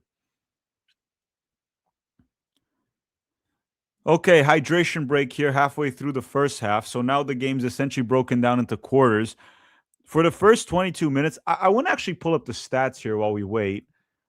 I'm pretty sure the US has been better so far. So Belgium's had 55% ball possession. We've had 45. So they've had more ball possession, which doesn't really mean much if you don't do anything with it. Pete, I think the US has been better. I agree. We've created more chances. I still don't love how we look in a 4-2-3-1 in terms of the attack. It doesn't look as cohesive. Pulisic's playing quite a bit of hero ball, which I don't love. Neither does Leão. Huh? Neither does Rafael Leão. But like, okay, Leão, that's the pot calling the kettle black. That's one thing. Pulisic trying to run past everybody. There's not a lot of combinations going on. Tillman hasn't really been brought into the game. It's very Pulisic and A-Rob heavy. I still think we look better in a 3-4-2-1 with two creative midfielders behind Balogun. But isn't it interesting that you're saying that we could look better? But I would say so far, if we had a 1-0 lead against Belgium right now, it would be a fair result. Not Belgium scoring. They Yeah, haven't really done it. McKennie, that was a goal that the keeper saved on McKennie. Also, the shot from A-Rob, the rebound could have been a goal. The fact that we didn't Yeah, have someone to push that ball into the back of the net. But McKennie, what I said here, I don't know what you thought about it. I thought he could have maybe done better with the finishing, hitting it lower. But overall, it's a tough play, right? It's a tough it's finish. a The quick tough one. catch. You're volleying it. Anything that's on the volley from a tight angle. And if you put it further away from the keeper, there was a defender, so it might have gotten blocked off the line. It's hard to blame him on that. I have to say, I've been impressed with Weah so far. He's keeping Doku quiet. Uh-huh. And He's done a supporting good the job offense when needed. and doing a good job supporting the offense. He created a half chance for Pulisic. I just maybe I'm wrong. I think we look a lot better in the attack in a 4-2 in a 3-4-2-1. Two things, Pete. One, they're asking, how's Cardoso looking? I thought he looked fine playing his role. Nothing Yeah, outstanding. Yeah. nothing Um, outstanding, but nothing bad. He's doing his job. and Tessman, I don't know if you noticed, when we are building out of the back or in possession, he's actually dropping as a central center back, and then Tim Ream and McKenzie go wide. Yes. So Tessman is playing as a center back in possession, but in the midfield when we're defending, essentially. Well, in the build out phase, he's not. In the build out phase, sometimes he'll drop. Sometimes Johnny will drop. He's mostly playing in the double pivot. Auntie is saying, I love the color white, but why are both teams using them? Yeah, Yeah, we talked same about this a question. lot. Um, I'm mainly distinguishing both teams based on the shorts. That's what I'm using now. So the jerseys can get very confusing, especially when the American players, the back, that's the main issue. Yeah. It's when they're Jacob facing saying, away. yeah. Jacob is saying, we look good, but the defense looks a little shaky. Let's go. I wouldn't say the defense. I'll say Tim Ream. Ream looked shaky at the beginning. Other than that, he's been fine. Yeah. I mean, he I'd say wasn't we've de- tested. we've we've defended mostly in a low block. We've never really been caught in transition, and the one time we did, Tim Weah had our back, keeping Doku quiet. Doku is definitely their most threatening player. Tim Ream Yeah. hasn't had much to do since then because we've been defending really well in a block so far. I'll give us credit there. It's just when we get the ball, we're not quick enough in transition, and then when we do, Pulisic hangs on to the ball for too long. That's part of it. A Rob. Yeah, I think overall we're defending well. Like Belgium hasn't created a single like meaningful goal scoring opportunity, right? No, And when we talked about Belgium, yeah, I don't know where the goals are going to come from for them, mainly because they don't have a goal scorer, but they do have guys that create. Doku creates. De yeah, Ketalier they can create. also score. De It's not like Bruyne. they can't score. Here comes Doku versus Weah. Oh, so long as you don't get beat, Testman helping out. Weah hasn't gotten beat. Shot from distance, deflected. Turner takes Yeah, it. the one thing I didn't like there was they double team Doku. You do not leave Kevin De Bruyne wide open at the edge of the box for a shot. Yeah, that's the problem. That is the problem. Like you double team Well, Doku, it's you Testman, and then you have to get quicker to close him down. What was McKenzie doing? I is a tough one. yeah, he just It tried was to block right it. around chest level. It was right around chest level. Yeah. He headed it My between his own legs. my issue there is no one recognizing the play that it's like, okay, Tessman doubled up on Doku, which is fair. You don't want to get beat by Doku, But so he you've helped got to Ware. get tighter to De Bruyne. Yeah, you don't let De Bruyne have 3 seconds on the ball at the edge of the box. Yeah. You don't do that. That's what Brazil did in 2018, and De Bruyne scored. Yes. Um, All right. I'll see you at halftime, Tack. Let's see you get in a a win. couple minutes. Let's get a goal before halftime. Yes, we need a win today. Let's get the win. All right, see you soon, Pete. Okay, 28 minutes here. Now we have a corner for Belgium. De Bruyne just delivered a very nice cross, and it was blocked after the header by Anthony Robinson. Why is Pete in and out? So Pete gets very nervous in the game, so he has to sit on the toilet very often. That's why he's in and out of the game. It's a bit of a toilet break. Balogun, or actually Weah. So Balogun and Weah, it's number 20 and 21. Is that what it is? All right. Johnny pushed the Belgian player. We still had the ball. And oh my goodness, bad pass there from Pulisic, actually. De Bruyne and Tessman, what are we doing? Don't hit that back. Shot, and Turner's able to hold it. We got a little bit sloppy there in this transition. Got a bit sloppy there with Pulisic, with Tessman. That cannot happen. All right, Tessman with the ball here. United States in possession. Tim Ream. Tim Ream out wide to Christian Pulisic. It's weird. I would even argue Pulisic, maybe because he's trying more, he's been probably our worst performer so far in this game, Christian Pulisic. Sure, it is a lot because he is trying to make things happen and he's not making things happen, but Balogun hasn't been getting much service. That's the other thing, too. All right. Anthony Robinson resets the play with Tim Ream. Tanner Tessman. Tim Ream. Robinson. That's a tough pass from Robinson to Bal. I don't know how he expects Balogun to settle that.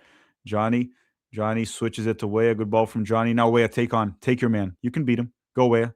Weah drives down the lane. Good cross. Oh, McKennie couldn't reach it. Another dangerous cross from Weah. Dude, Dest might get benched. This has been a very good performance from Weah on defense and offense. Weah has been very good. Again, against Belgium. Tessman, back to Tim Ream. Ream, Tillman. Tillman still has the ball. Blows by one, blows by two. Finds Christian Pulisic. Pulisic with the ball. Gets trapped. McKennie.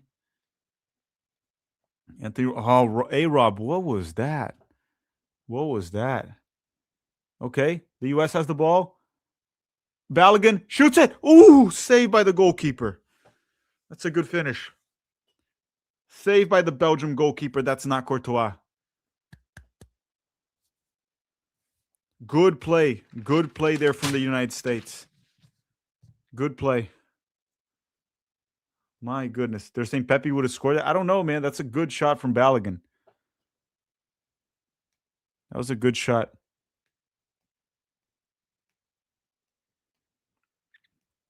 Doku versus Weah again. Weah did not get beat by Doku once. Doku could not beat Weah once.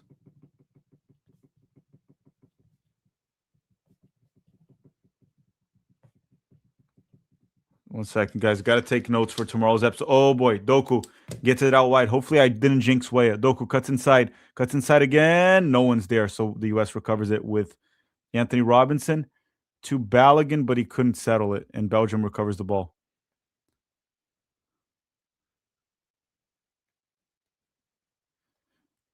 Kevin De Bruyne. Definitely not the player he used to be, but boy, oh boy, is this a quality player. Sometimes I forget how good De Bruyne is and how good he's been for like over a decade. Belgium. Okay, and who recovered that? Was it Tillman? Yes, Tillman. 32 minutes. 32 minutes.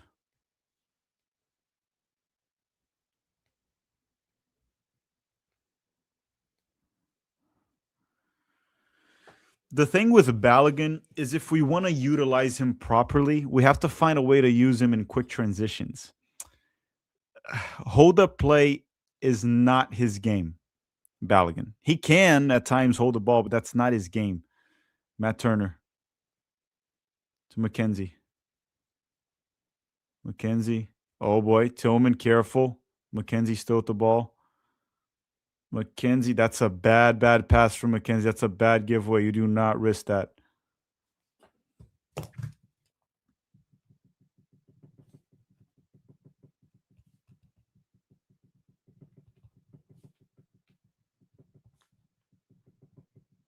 All right, Belgium here's the ball down the right with 33 minutes in the game. Yeah, that was a bad giveaway from McKenzie. And we talked about that. Building out of the back with McKenzie is always very risky. He always has these bad giveaways. Mark McKenzie, and that's what worries me when we're trying to build out of the back with him.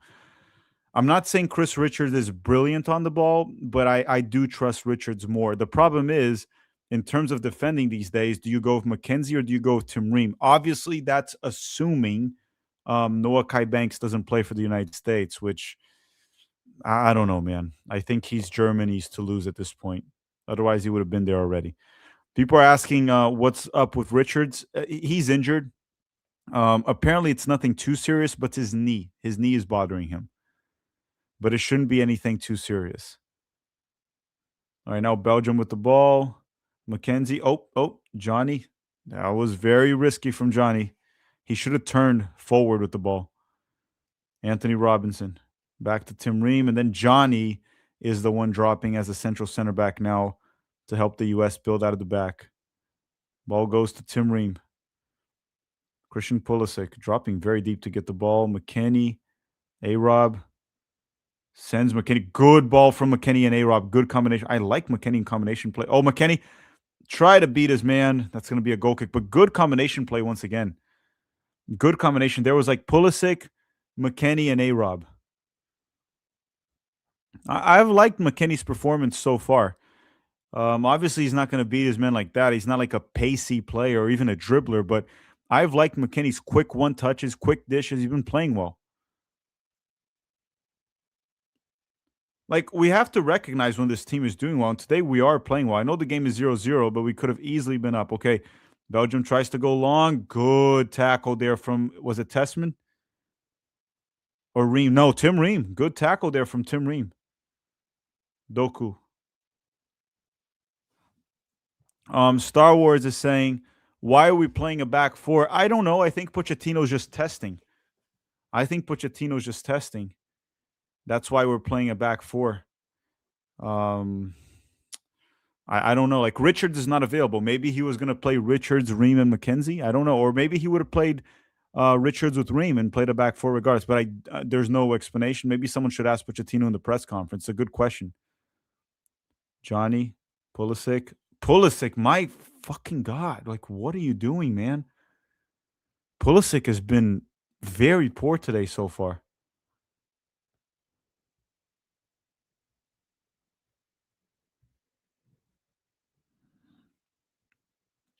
They're saying Johnny's best game for the U.S. so far.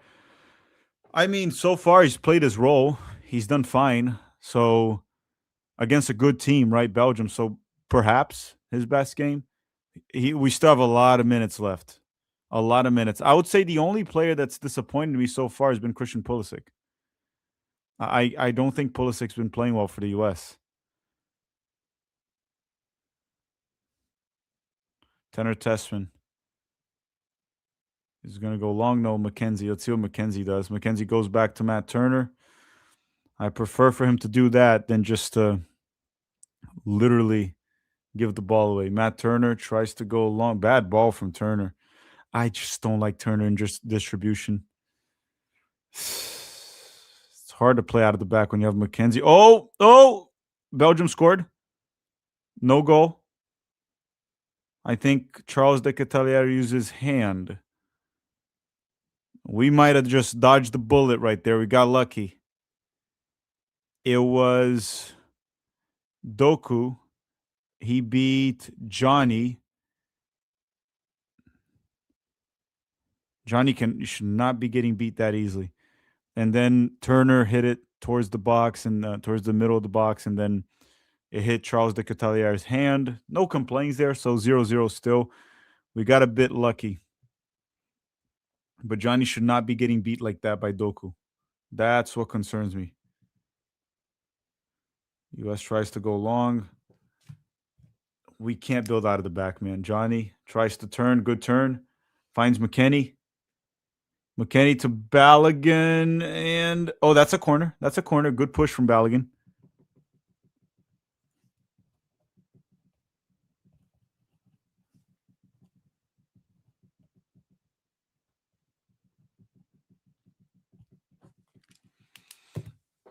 So, corner kick for the United States.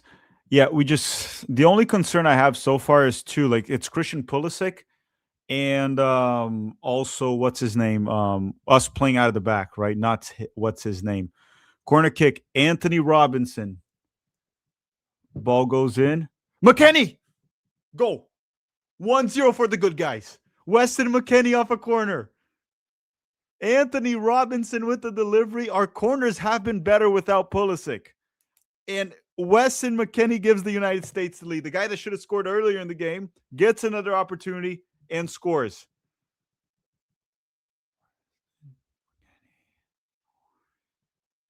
(1-0) for the United States. Good finish. Great finish. 1-0 for the good guys.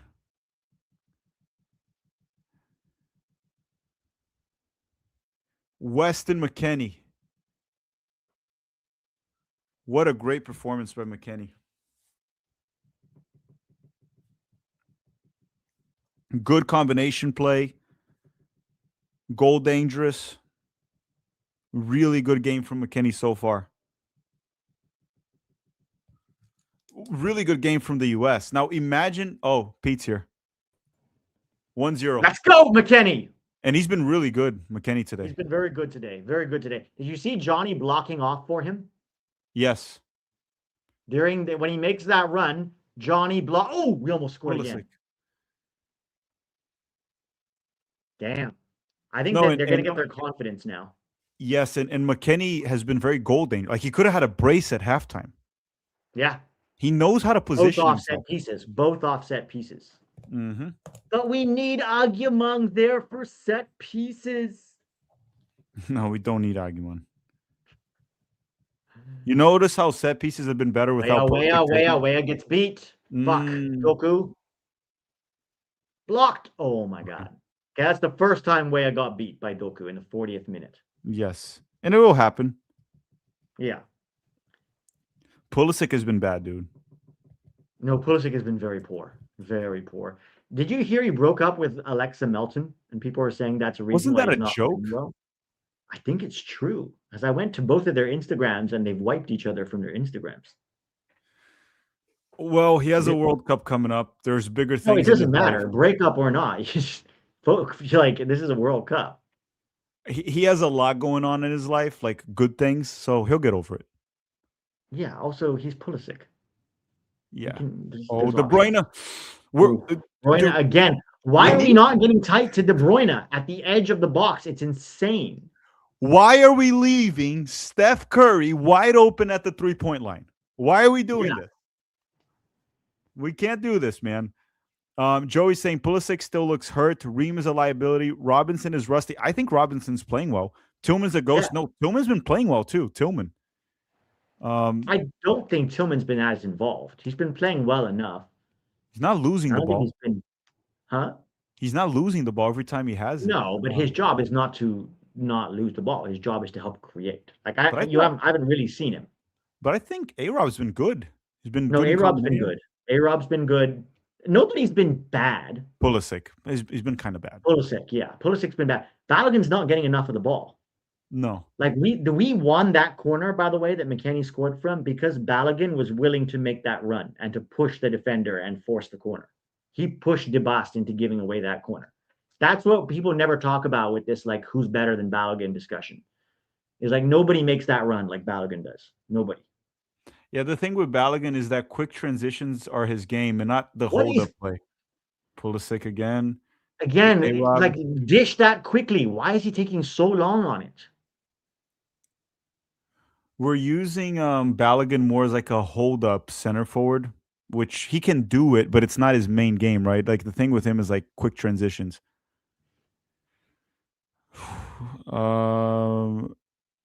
No, but also Pulisic gets the ball. All he had to do in that position was quickly lay it off and go make a run.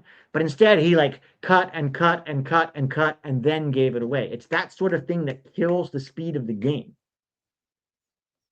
No, Pulisic has been quite poor. And right now, if you ask me, what sub do you make in the second half? I probably put Gio in the last 30 minutes for Pulisic. Yeah, I agree.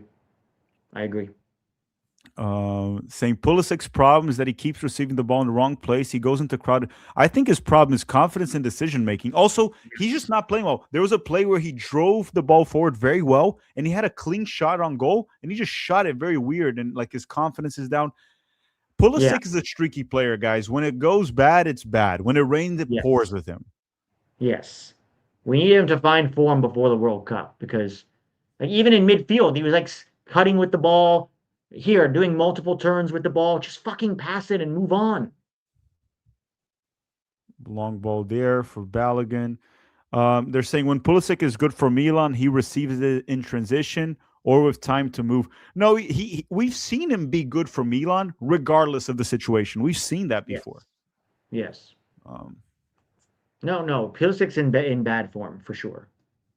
It's the hero ball. It happens when he's in bad form or he's unsure of himself. He loses confidence. He starts trying to play hero ball to gain it back. The thing with players like that is when you're in bad form, keep it simple. Keep it simple. The simple things will start to come off for you. You'll find success with them, and that will slowly build your confidence back. If you try to do the complicated things, the difficult things when your form is bad, when you're losing confidence, it's just going to make it worse. Now, did you see McKenzie's bad giveaway? I When? he had it earlier in the game when we were trying to play out of the back. He just tried to pass the ball to the middle and gave it to the Belgian player. Oh, Doku again, saved by Turner. Saved by Another Turner. shot. Oh, Oh, that's good. shit. 1-1. Could Turner have saved that? It was People are from saying very far. Turner is ass. I don't know if that's on Turner, is it? It's We need right to in the corner. rewatch it. Let me watch that. I'll have to watch the replay. Need to see how many players were in front of him too. Yeah, because he could have been unsighted. Okay, so the first Turner. punch is fine. The first save is good. He got the ball out. He was slow, I, due to react.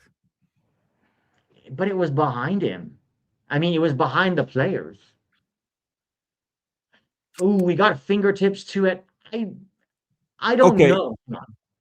I think that I think it slightly deflected, did it? no, it didn't deflect. I think it's one of those where it's not his fault, but a top goalkeeper saves it. Yeah, I don't think it's a mistake from Turner.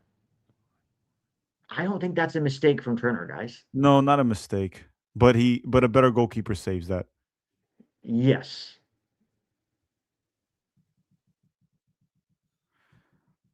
Tim Guys, it's Howard also a saves shot that. through a crowd. It's a Tim shot through a crowd. Tim Howard saves that. Sure, but we know he's not. The question is, does Matt Freese save that? Matt Freese Probably. conceded a worse goal to Ecuador. Yeah, probably the same. Like But I don't think that's on Turner. but I it don't. sucks that we concede with like a minute left in the first half from like a shot from distance when we're talking about that's all Belgium is doing is shooting from distance. Yes, that's all they're doing. You can't concede these goals in the World Cup. Like if you're gonna No. concede a goal in the World Cup, make the opponent fucking work for it, not just a long distance shot. Yeah. God, I really wish we had Tim Howard. Yeah. Oh boy, again Belgium, another shot from distance. Good tackle there from A-Rob. Yeah. A-Rob's been everywhere. Someone said Baudry saves that. Dude, Beaudry, Beaudry wouldn't concede that one. He would have conceded the first shot that was right on Turner. Yes. Yeah, I would have slipped right through his hands. They're saying Pulisic is playing very selfish. He's refusing to play it to Balogun. Pulisic's just trying to dribble it, like playing Yeah, hero he's trying ball, to play which hero ball. Yeah. He's trying to play hero ball. hero ball ain't working, guys. Pulisic hero ball ain't working. Actually, Pulisic hero ball has never worked. No. Oh my God. Oh my God. How did Doku get in there? Good clearance by Johnny. Oh no, that's A-Rob again. A-Rob's been everywhere. No, A-Rob's been great. That's why that super chat said A-Rob's been really good.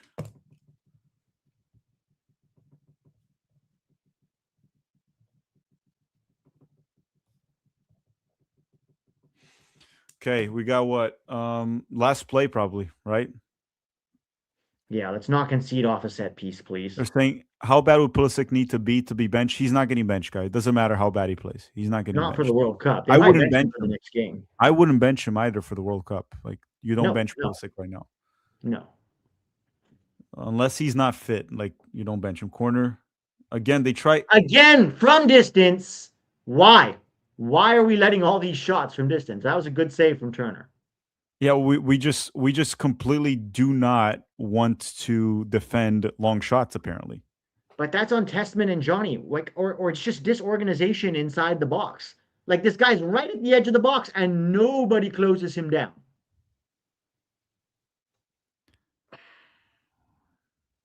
Vive la France. People saying Turner not it. I'm sorry. Who is it then? Tell us. Because we don't have anyone. Sure, you could put Freese there. I think Freese gives up that too. Watch this goal that Freese conceded versus Ecuador.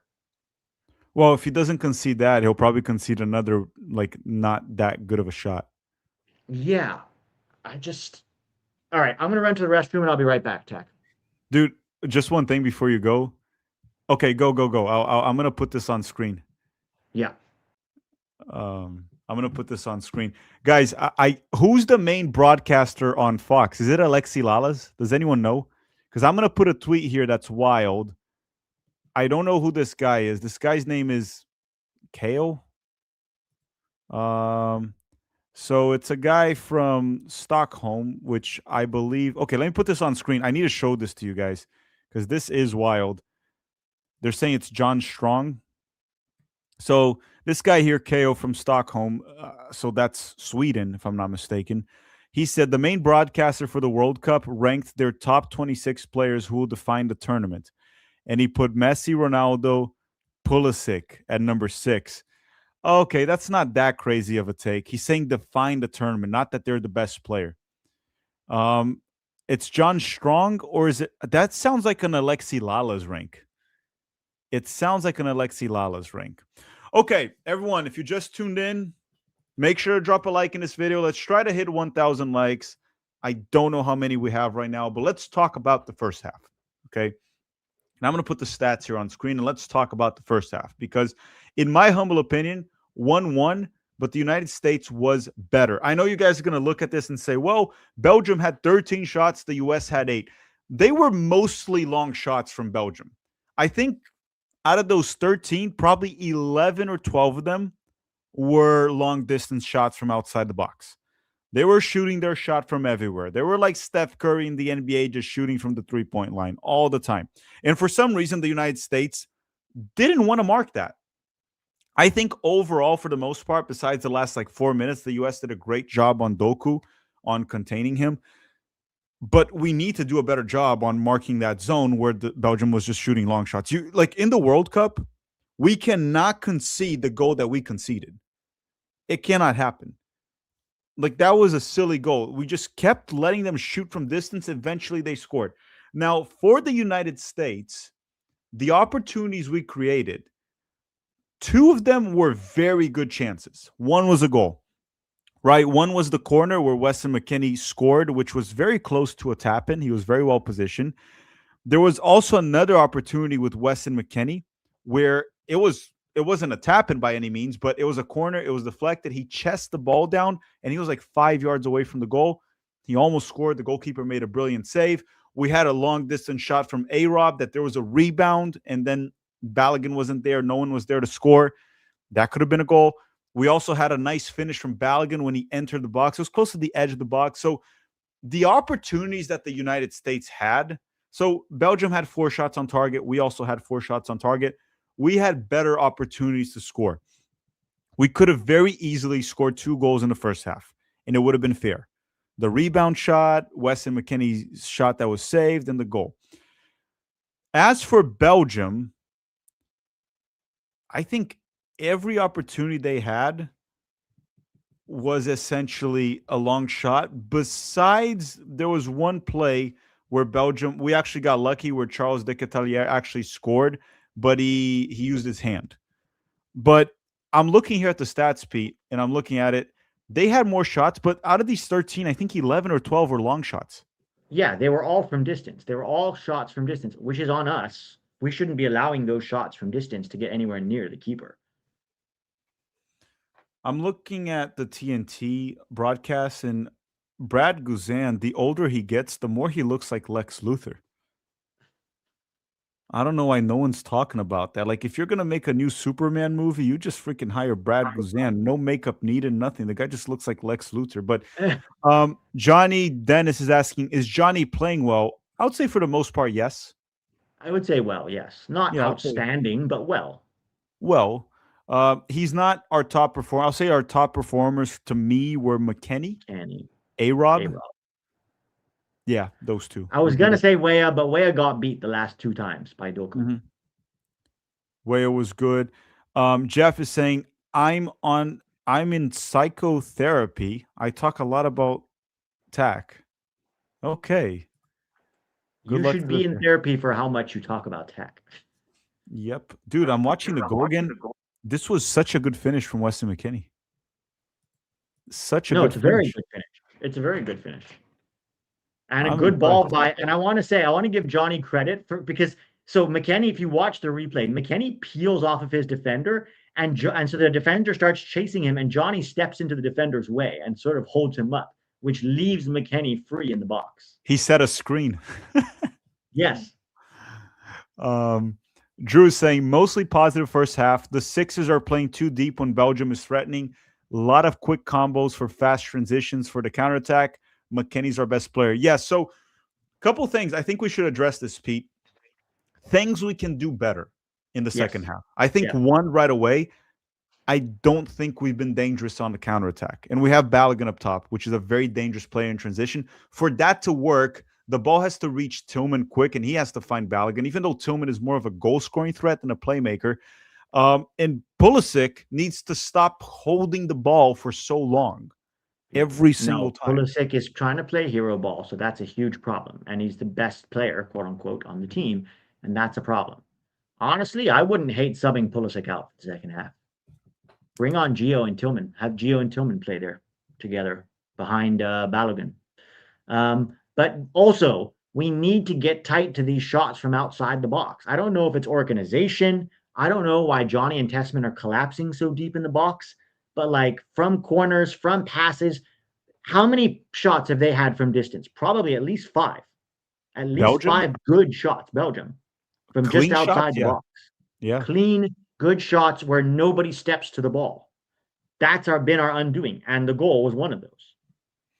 And we were talking about that because we actually allowed no one less than Kevin De Bruyne had have two clean shots from the edge of the box.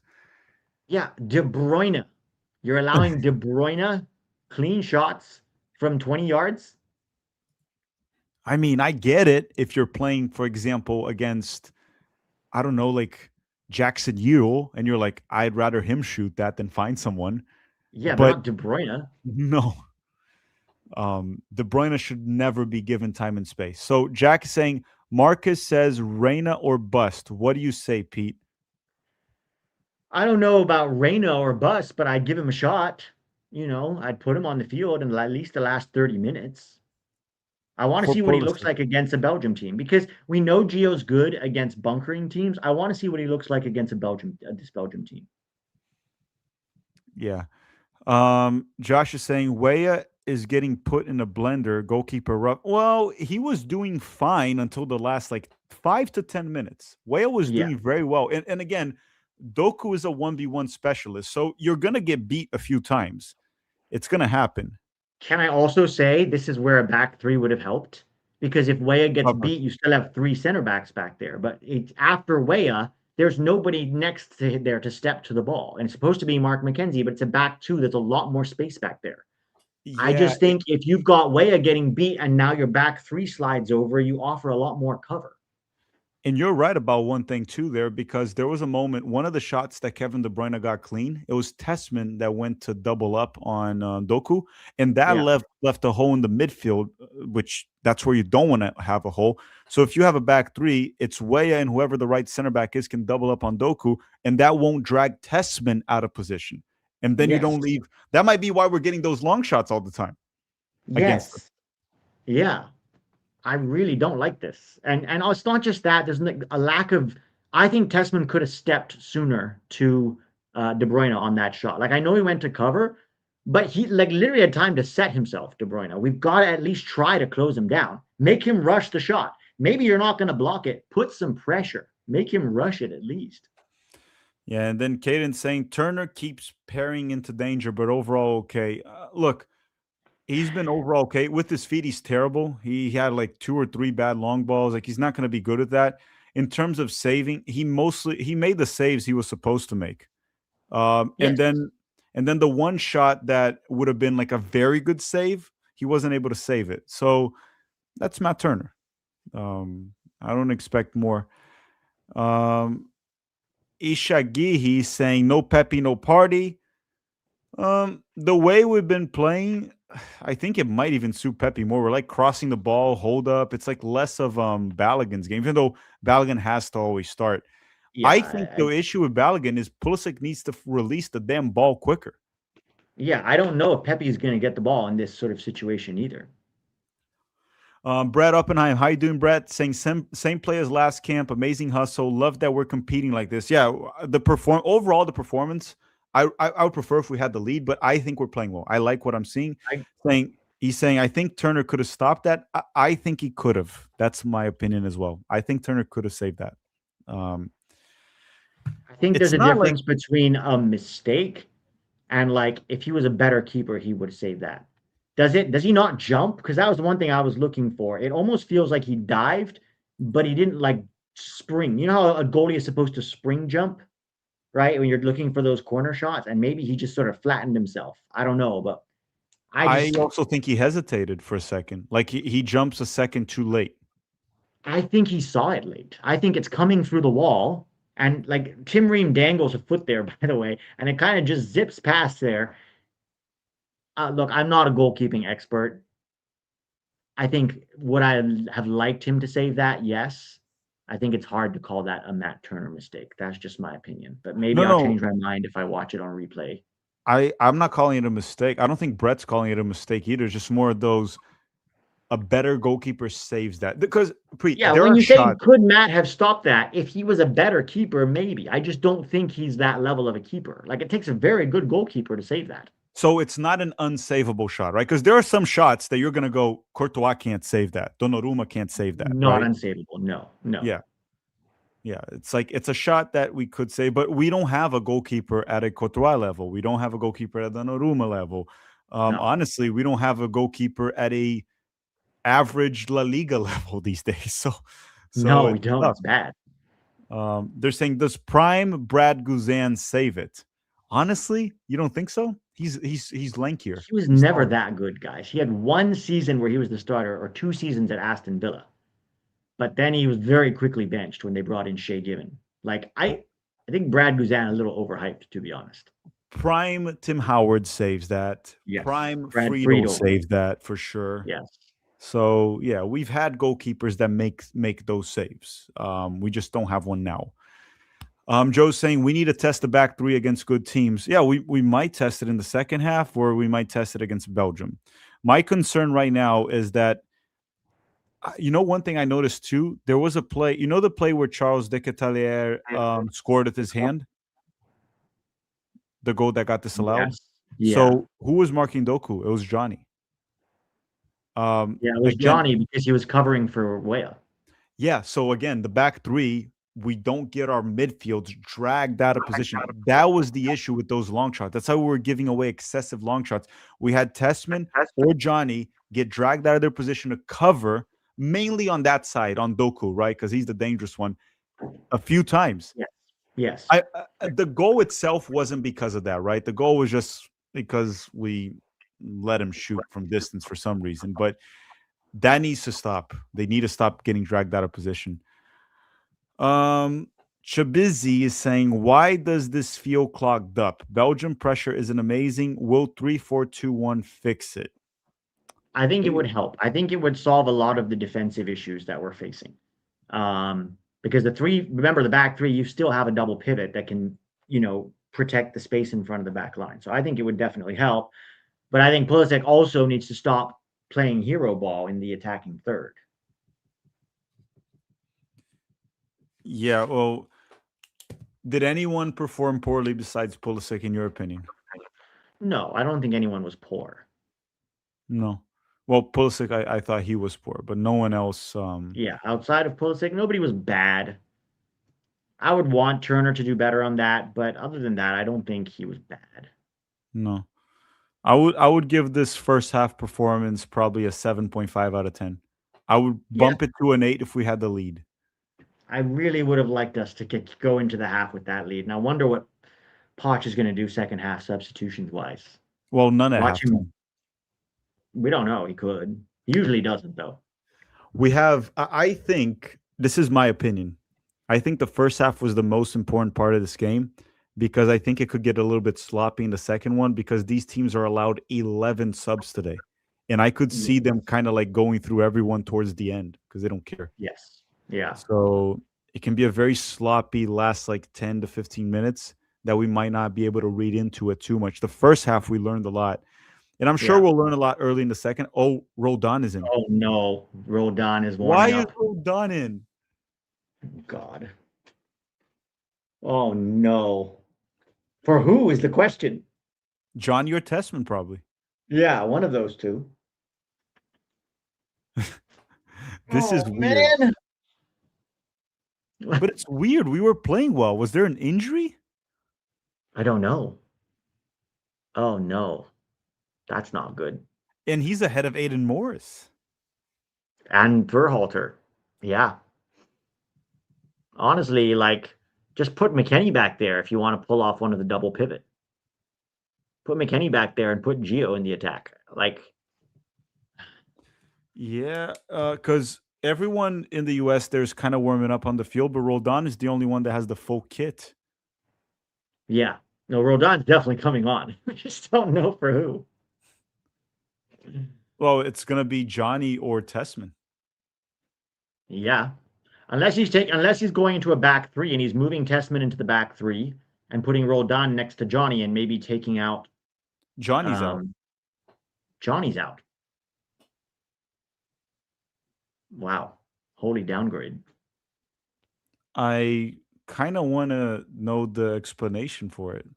I wonder if it's something like load management. Play half here, play half against Portugal before he goes to Atletico because they have the Champions League, right? Could be. But it's troubling that Roldan's the first man up after Johnny. Yes.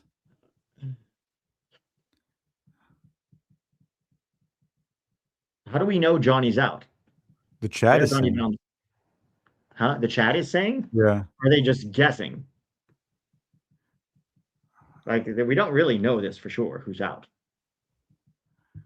Yeah, let's see. I mean, it Right. makes sense, right? Because I think you think it would be like Roldan or oh wait, Pochettino's talking. Yeah. I can't turn it on though. Did anyone hear what Pochettino said? Did he explain the sub? Because I when I turned it on, he just said we're playing well. Okay, so I'm looking Johnny's on here. the field. They pulled Tillman. So if they Oh no. pulled, did they're saying they pulled Tillman? I'm seeing Tessman. I'm seeing McKenzie. I'm seeing A Rob, Ream, Pulisic, Turner. Wait, is it Johnny or Tillman? Yeah, the chat, like, let's just wait.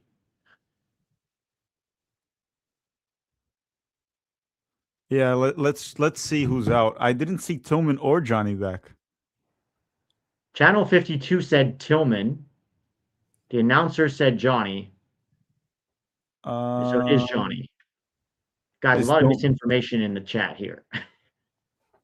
Some people saying it's Tillman, some saying it's Johnny. I can't tell right now.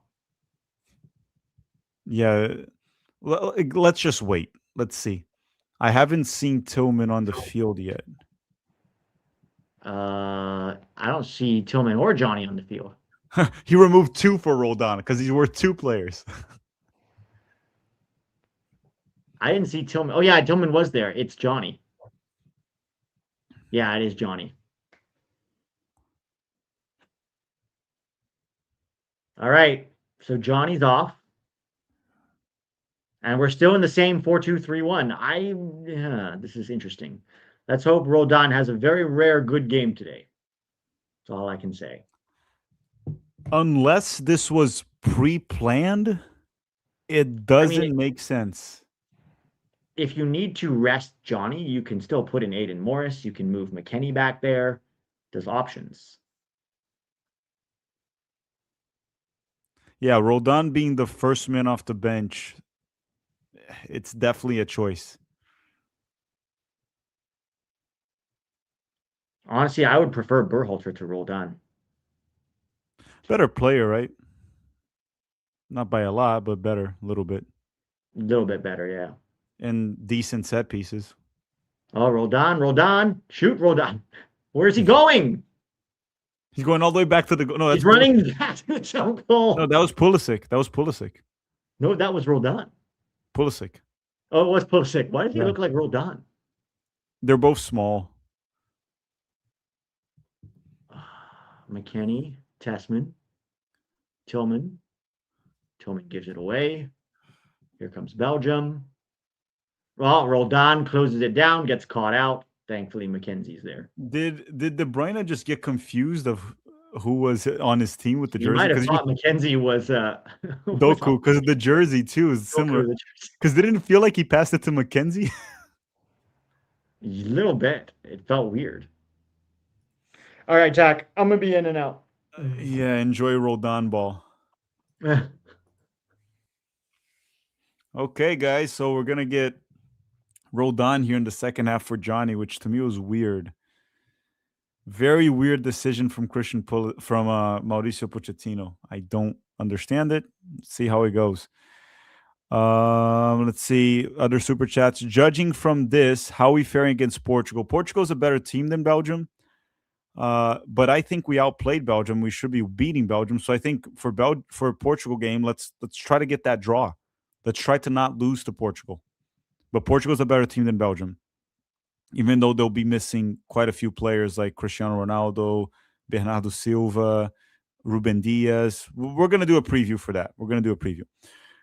Do you think Pochettino will call out Pulisic's hero ball? I don't think so. I don't think so. I mean, we're going to see in the second half he continues to do it. Pochettino's giving John Wick vibes. Is it the way he's dressed? He doesn't look as badass as John Wick or Keanu Reeves in this case. Okay, corner kick here for Belgium. Corner kick for Belgium. Kevin De Bruyne is coming here to take the kick.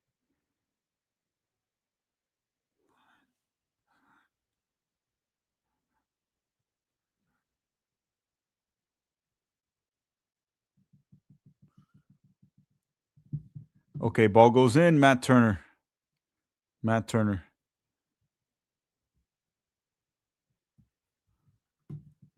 Matt Turner with the ball. Goes out wide to A-Rob. A-Rob dribbles it forward. Christian Pulisic. Dude, release it quicker. Why do you always have to take like 4 touches into nowhere? Mark McKenzie with the ball. Interesting in the second half here. Tessman not dropping as deep. And neither will Roldan, obviously. McKennie. Roldan to McKennie. Roldan once again. Back to Tim Ream. Belgium's moving a little bit, pressing the United States on the ball a bit more. Tim Ream able to find Christian Pulisic. Pulisic released the damn... Jeez, man. What is going on with Pulisic? Okay, Anthony Robinson. Cross goes in. Cleared by Belgium. De Bruyne loses the ball to Tillman. Do you think Johnny's out of the World Cup? I don't know, Alan. I don't know. Like, I thought Johnny was fine in the first half. I didn't understand that sub. Again, we got to figure out after the game. It might have been pre-planned. Maybe Johnny knew he was going to play 45 minutes. I didn't know that. But I didn't think he was a problem at all. McKennie. Okay, good move from McKennie. Tries to find Balogun. Balogun gets it back. Steven is saying, I might be a minority here, but it doesn't matter how well we play. The end result is all that matters. For the World Cup, Steven, you are right. For a friendly, I think both matter. Because how we do, also how we perform. If we play poorly, there's things you need to adjust for the actual World Cup. But yes, in the World Cup, I don't care how we play in the World Cup. I just want us to win. Today, I think it's a little bit of both. You want to get the result. You need to get the win, but you need to play well also. This is a friendly. And Joe is saying Poch will get caught or Port will get caught on the counterattacks, our strength. It could be. Portugal's defense has been their weakness, I would say. and they're going to be missing Ruben Diaz. But at the same time, we don't look dangerous in transition today. We don't look dangerous on a counterattack. So I don't know. Tanner Tessman with the ball goes all the way back to Matt Turner. Good tackle there from Roldan, by the way. United States with the ball. Roldan. Pass it forward to Tillman. Weah. Weah on a 1v1. Beat your man. Beat him. Couldn't get the cross in. Still finds Roldan. Oh, Pulisic. Pulisic dribbles one, dribbles two. What is that shot from Christian Pulisic? What is happening to Christian Pulisic? He was able to create his own shot very well there after he got the ball in tight space, in a very tight space from Weah. But what is going on with his finishing too? That was a horrendous shot. He did a good job when creating his own shot there. Goes by one, goes by two, and then just what is that? Yeah, Pulisic just isn't having it. And in the World Cup, you got to convert those goals. You don't convert those, you get punished. And here comes Belgium with Doku. Doku against McKenzie, beats McKenzie, cross, weak cross. What is that? What is that? Oh, Belgium scored. Belgium scored. And as I said, you miss those chances. If you don't score, they'll score on you. Very, very poor defending from the U.S. In the box, no one closed down the guy making his run through the middle. I don't even know who scored there. So it's Doku beating McKenzie. But the cross wasn't good. It was kind of blocked, actually. And then Roldan was just kind of lost there, marking no one. Who was Roldan marking after? And then where was the midfield? Jeez, man. Oh, well. 2-1 Belgium. A game that we should win. We should have won. This cannot happen. Allowing Belgium to come back with some ease here, even. This is not good. Like I said before the game, the defense should not leak goals today. And we did. Where's Pete here? We're leaking goals and we shouldn't. Same thing, right? Same shot from distance. I don't understand. I really, why are we trying to do this 4-2-3-1? It just doesn't work. Roldan got dragged out of the position this time. He got completely dragged out, but then once Mark McKenzie got beat, or once the pass came, he just stood. He just stood and watched. Oh, he thought he was playing MLS. Pulisic. And Pulisic's finishing, dude. What the heck was that? That was terrible. But he's looking better on the ball. Look at him just now. He's beating people. Yeah, but he was off. But again, like in the World Cup, you don't get many opportunities. So when you get an opportunity like the one he got, which he created for himself there, you gotta hit the target. I'll say this: a confident Pulisic finishes that. Yeah, but he has 2 months to get that confidence up. Yeah, he needs to get it around late April, so it carries on into July. Dude, Roldan, I was about to say before that goal that Roldan had a really good moment where he tackled Doku, but then this time he just went and stood there. He got dragged out of position and then did nothing. Dragged out of position and then just stood there. That's why Tillman had to now go close down Onana. And if Tillman is closing down Onana, oh, come on. Oh, good we're play. actually playing better the last few minutes. Mm-hmm. Yeah, the problem with Roldan here is like it's not that he's doing terrible or anything. It's just like he doesn't really stand out on anything. He's a very mediocre player, and people are gonna pick like these like passes that he's able to hit, like random like 5-yard pass. Like, see, that's why he's there. He can hit that 5-yard pass. Like, guys, yes. He's probably better than Shaq Moore. I'll give him that. Doku versus Weah again. We keep isolating. Oh my god. Oh, save. Good save. Oh my god. Turner, that second save was a That little was right weird. at him. What was that? Why Did did he he make that slip? look? Maybe he slipped. Did he slip? He made that look very strange. Well, if that went in, it would have been on him. That's what I'll say. Yeah. He made that look like an incredible save, but it was right at him. Okay, let me Okay, so see. ball over the top. Doku here. Let me see this again. Yeah, Doku. Back to Doku. Good So save. The first first save one. is fine. That was weird because he went down. Look, it comes down here. Oh Oh, it shit! hit Tim Penalty. Ream's hand. Or Tim the, Ream penalty. oh Fuck. yeah, Tim Ream deflected with his hand. Yeah, that's not on Turner. That's on Tim Ream, man. You think like with the VAR they would have called it? I think they would have. He There's deflected it no from the glove. VAR, right? No, Yeah, but that's that's a a pen. penalty. That's 100% a penalty. Good save from Turner, by the way. Actually, Yeah, because he had to react. that's why he was very weird about it. Like that's an easy save, but it fucking hit Yeah. Tim Ream. No, Oh, there there's is VAR, VAR. dude. There is Oh, VAR. Yeah, that's a penalty. yeah, they're gonna give it a penalty. They're not gonna give him a red because it wasn't intentional, but they're gonna give it a Yep. penalty Yep. This is where because at the least you have way free. This is where at least free saves penalties sometimes. yeah, because even Belgium could claim that if Tim Ream didn't deflect it, it would have gone in. They could have claimed that. They could claim that it's a penalty. Dude, we cannot start Tim Ream at the World Cup, bro. Dude, it's a penalty. He clearly deflected the ball with his hand Yes. extended. Yes. It's a It's a penalty. penalty. That is also why Matt like maybe the ref helps us. We don't know. But yeah. I think it did it not touch him? Look. No, it touched it. It touched him. Because it changed Yeah, it direction, touched dude. him. You It can see changed it change. direction. Yeah, it definitely touched him. Look at this. Dude, he also here's the thing too. He extended his arm for no reason. I don't understand that. Yes, you don't need to extend your arm there. Fuck. It definitely deflected it, guys. There's no doubt that it deflected off his hand. What did he give? Penalty. Yeah, penalty.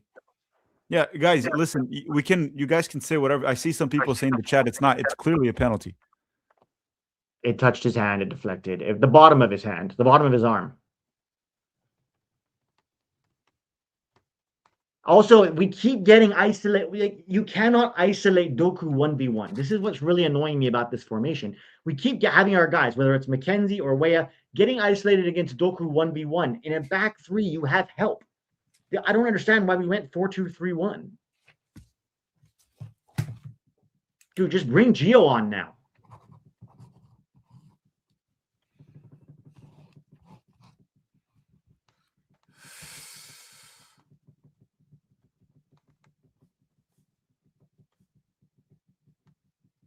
Yeah, essentially the 4-2-3-1. If we go against any team with good wingers, we're gonna get exposed.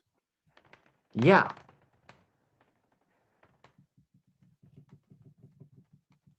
And this is a team with only one good winger. So we're getting dragged on one. Imagine if they had both, like two Dokus there.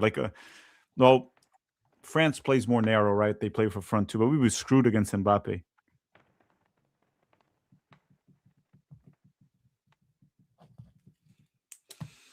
Oh, so 3-1. Penalty converted by Charles de Ketelaere. 3-1. Just bring on some subs now, man. Like, let's get a fucking goal. Let's try. Can you just bring on Gio? Maybe take off Tillman, bring on Gio? Roldan came in and we conceded 2 goals. Yeah.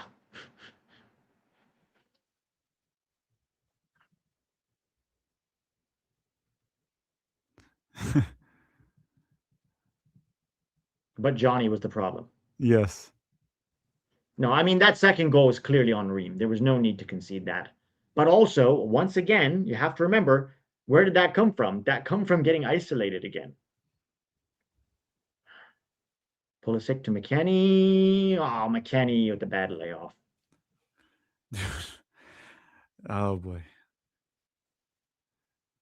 This is not good because, again, in the World Cup, if we want to go far, you have to beat a team like Belgium. Yeah. That's like the easiest team of the And top. this is without Lukaku. Now, Yeah. sure, we also don't have Richards. We don't have Adams. We don't have Well, they're Dest. also Tielemans is on the bench because he's coming back from injury. That's one of their best midfielders. Yeah. They're also missing. They're missing Trossard, dude. That's a starter. Yeah. Trossard, Tielemans, Lukaku.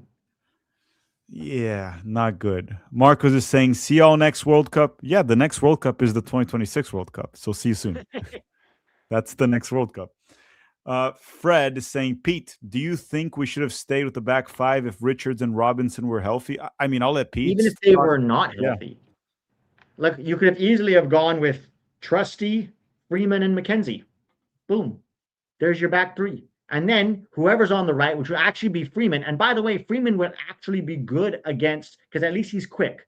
So if Weah gets beat, then Freeman steps to the ball and helps him out. That's the beauty of this back five. Plus, now you've got two creators behind Balogun instead of just Pulisic playing hero ball on the wings. I don't know why Potts changed. I mean, I get it because of the whatever. Maybe he felt he didn't have someone to anchor that back line, but I still think it would have been better than this. And Steven's saying, I think we're getting grouped. Very unlikely that we get No. grouped. Also, Belgium is better than every team in our group. I must remind you all of that. And the third place teams advance, most of them. So, okay, here comes Belgium again. Offside. I don't think we're getting grouped. And John is saying, as a Brit who dates an American, wow, your team sucks. I think sucks is a bit harsh. Sucks. Yeah. But mediocre would be mediocre. Okay, Pulisic. Oh, come on. Heavy touch. Just bring on Gio at this point, man. It can't hurt. I mean, you're going to get Brendan Aronson for Pulisic soon. Yeah, and you're going to get Barfson for A-Rob. Oh, yes. Yeah, A-Rob's coming off. Now? Yep. So it's Arfston then. It's Berhalter and Arfston. Oh, my God. It's like we're sending in the Avengers, but not the good ones. Not the good ones. It's Arfston and Berhalter. No Gio. Dude, also that means Berhalter and Roldan are ahead of Aiden Morris. Yep. Yep.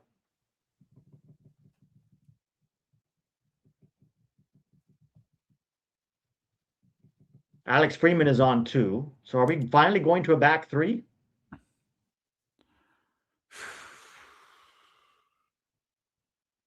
I don't know, but this could get ugly. Doesn't look like it. There's still time to get ugly. This is not good. Oh, Berhalter. Okay, Berhalter's in midfield with Roldan. Berhalter and Roldan are the double pivot now. Freeman is playing right back. Yeah, it's still a back 4. Yeah. Okay, Roldan. That Pulisic? I'm getting also Pulisic and Roldan confused. That was Pulisic. I never seen Roldan do a step over. JU saying, why is Ring playing in Big 2026? I don't know. I'm quite shocked that's still happening. And they're saying we're playing so much worse than Ireland. I didn't watch Ireland, so also I don't know. We need a goal, but no Pepe and no Gio. No, but we got Roldan, Berhalter, and Arfston. Yeah, no. Hodge built up a lot of goodwill over the last 6 months with the games, and now what are we seeing? Like, this is not looking good. Yep. Okay, throw in here for Belgium. It's also a 3-1 lead, and based on the subs, I hope we pull off. Could we pull a draw? Oh, good ball. Like, a win is very unlikely at this point. Roldan. Oh, foul. I think it was Tillman that fouled him. It was Tillman.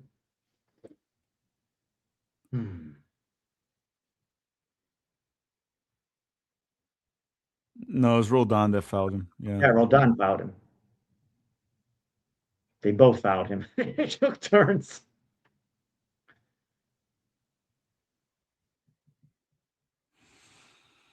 Potch, stop getting mad and make the right subs. He's getting mad at the players on the field, but you put terrible I think players he's on. mad at the ref, like as if that wasn't a foul, but it was a foul. You kind of It was clipped him. definitely a foul. Pulisic saves it. Okay, let's see. And then holds it for too long. Oh, come on. And then passes it back. Just let Cross. Arfston do like one of those cool step overs that he does. Yes, we need an Arfston step over and cross for a goal. Belgium with the ball, and okay, at least we're pressing. We're playing hard Yeah, now. we're pressing better. We're pressing well. We need a goal before the 75th minute if we want to pull a draw here. So we get like 15 minutes to try to get something. If time keeps going on, it's just going to be hopeless. So we need a goal the next like 10 minutes or so. Yeah. Sebastian Berhalter. Oh my God. Berhalter loses it. No Possessed. surprise. Here comes Belgium with the ball. Is De Bruyne out? Was he subbed out? I'm not sure. He might have been. Larry dropping No, deep no, on I the think De ball. Bruyne is there. I think he's still there. I see him jogging. I think it's De Bruyne. Let me check here. Kevin De Bruyne, is he still playing? Comes Belgium down the right. Oh my God. Barston just got beat and they scored. 4-1. Of course he did. Yeah, De Bruyne is still in, but 4-1 Belgium.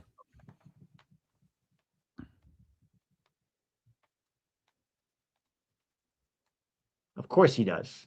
By Luke Bacchio.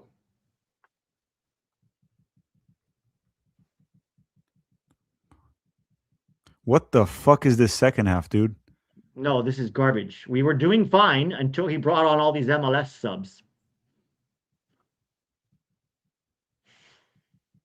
Yeah, what was Pochettino thinking? Yeah, we needed a goal, and he brought on Roldan, Berhalter, and Barston.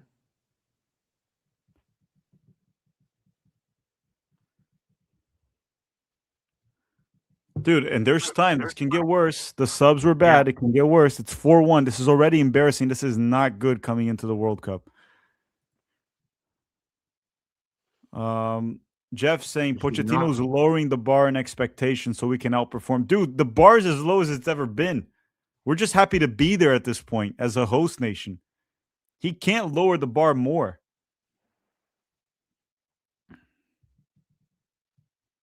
Said you thought you could be why he's subbing on all these trash players.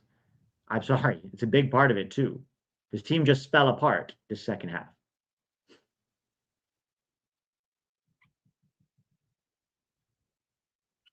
It was Barfston, right, that got beaten on that goal. Yes, it was Barston. Got completely beat, as he does all the time.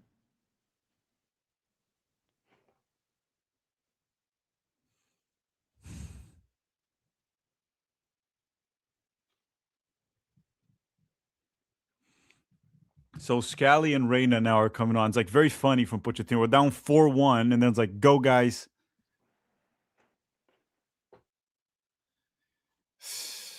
Oh, Reyna's coming on. Too late, guys. It's the 70th minute. And we're down 4-1. We're down 4-1. Like, so Scally, Pepe, Reyna. Now, so Pulisic's off, McKennie's off. So they get to play with the MLS scrubs. Yes. Pepe and Gio get to play with the MLS scrubs. Oh, and Ajiman's coming on. Too. Oh, we're going to the front too. Oh, he said, fuck it. He's like, I don't care anymore. Go everyone. Who wants to play? Jesus Christ. What is happening? Oh, boy. Wait, Pepe and Ajiman. And Reyna. No, but Pepe and Ajiman, how are we going to play? McKennie got pulled.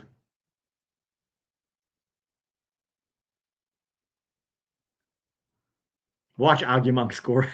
We need a big header from Aguimang. How's the ball going to get to him? That's the question. Is he going to touch the ball? Have to be Gio. Is Gio going to touch the ball? I don't know. Who did Scally come on for? Look, Pulisic looks mad. Yeah, it's on you, dude. You were terrible.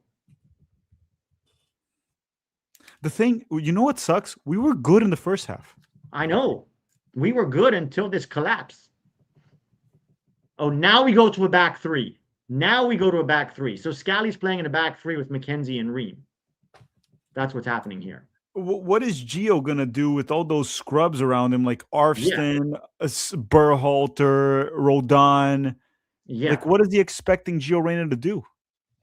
No, it's tough. It's very tough. He's gonna have to come up with some magic. And Gio's hasn't played soccer all year. Like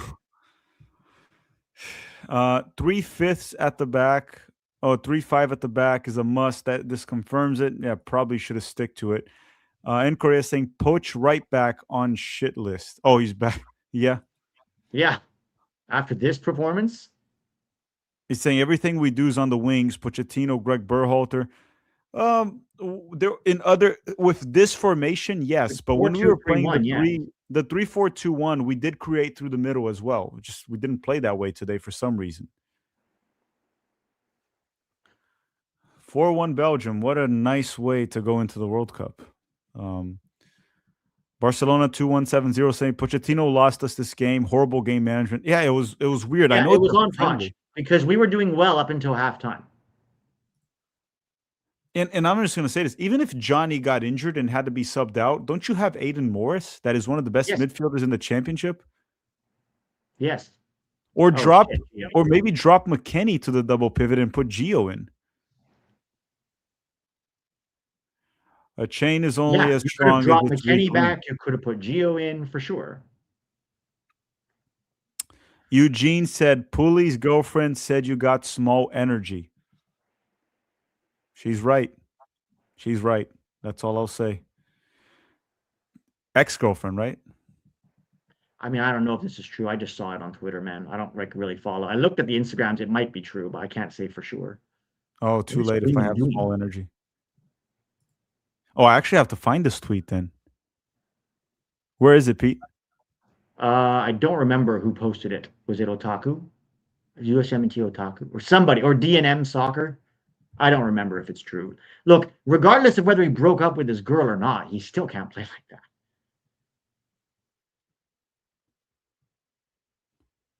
I'll look for the tweet later. Saying hopefully Pochettino learns from this game. It's not the first game with a mistake, is it? It's not the first one. Corner kick for the United States. Oh. And John is saying, I'm going to hope he puts the subs for a test against actual town. Now, hopefully he sees that Roldan and company aren't it. He's not going to see it, guys. He put Roldan as the first man off the bench, and Aiden Morris didn't play. Yeah. And then they're saying Gio to Pepe and pray. I mean, there's only so much they can do at this point. We're down 4-1. And on top of being down 4-1, also that corner that Sebastian Berhalter took, that he's supposedly really good, went over everybody. And then let's see, Siphon. We need a dual striker, Pepe and Balogun, not Agimon. Yeah, I'm trying to see here. Is Agimon playing the same role he plays at Derby County? You know how they put him as a winger sometimes? Not a winger, but more out wide. He starts wide. His job is just to crash the box in the air.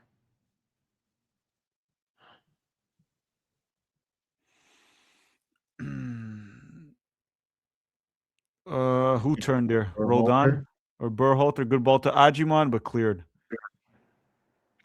Yeah, I think Berhalter might actually be a bit better than Roldan. I think he is too. But again, the levels doesn't have a huge impact between them. Let's see. Throw in here for Alex Freeman. Cleared again. I'm just kind of bummed out by the game at this point. I thought we were going to, especially after the first half, which we should have finished with a 1-0 lead. I actually thought that we had a shot on winning it. Well, and then we just basically gave up. We took out Johnny, number one, and replaced him with Roldan. Ream was responsible for that second goal, or the third goal, I'm sorry. And then we're going to Barfston's responsible for the fourth goal. I'm sorry, that was all Barfston. He got beat way too easily.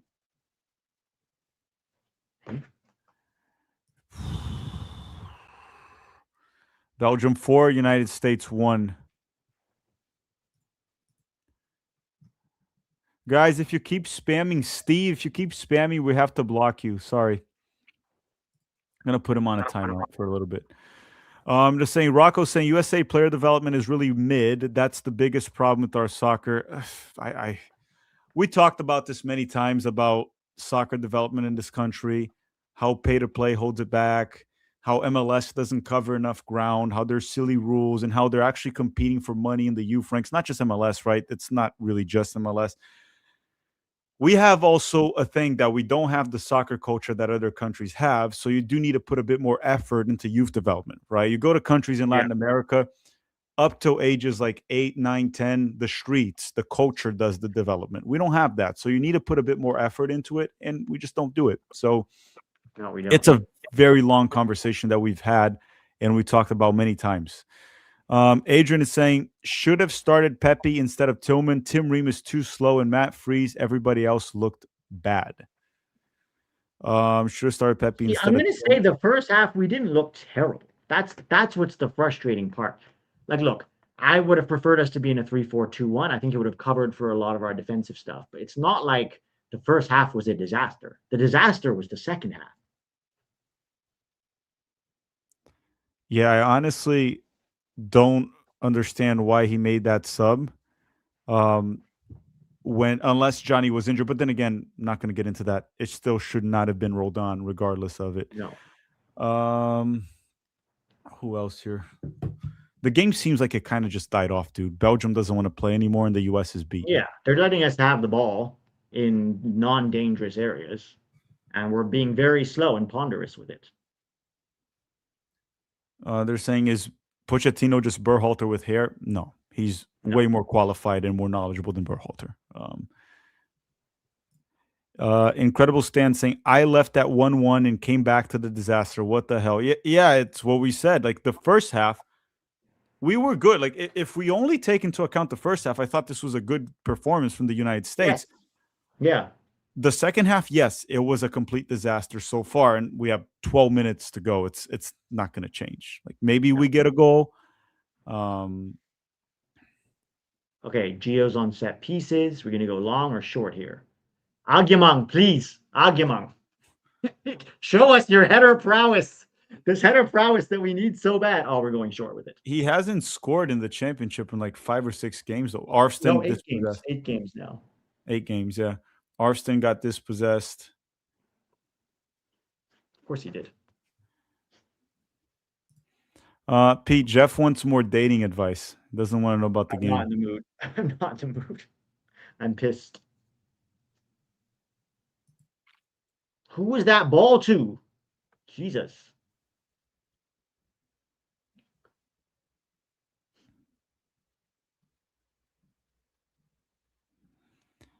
Yeah. United States are getting the ball. Belgium, the thing right now is regardless of what happens, the end will be misleading. Belgium doesn't seem to care anymore, dude. They're just sitting back and they don't care. It's 4-1. Yeah. Well, they're not going to expend energy in a 4-1 on a friendly. They're just going to sit back and try to close the game out. Come on, Scally, stay with him. I hope that in the press conference we get someone to ask, like, Pochettino, the first half was a good performance.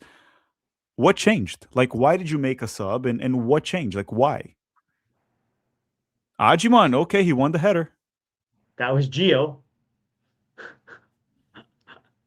Let's see, super chats here that they sent. They're saying we're missing Dest. This game, I don't think Dest would have made a difference. No. I don't think that was the issue. We were missing Adams and Richards. Did Pat Turner just pass the ball out of the field? I think it was him, yeah. I think it was him.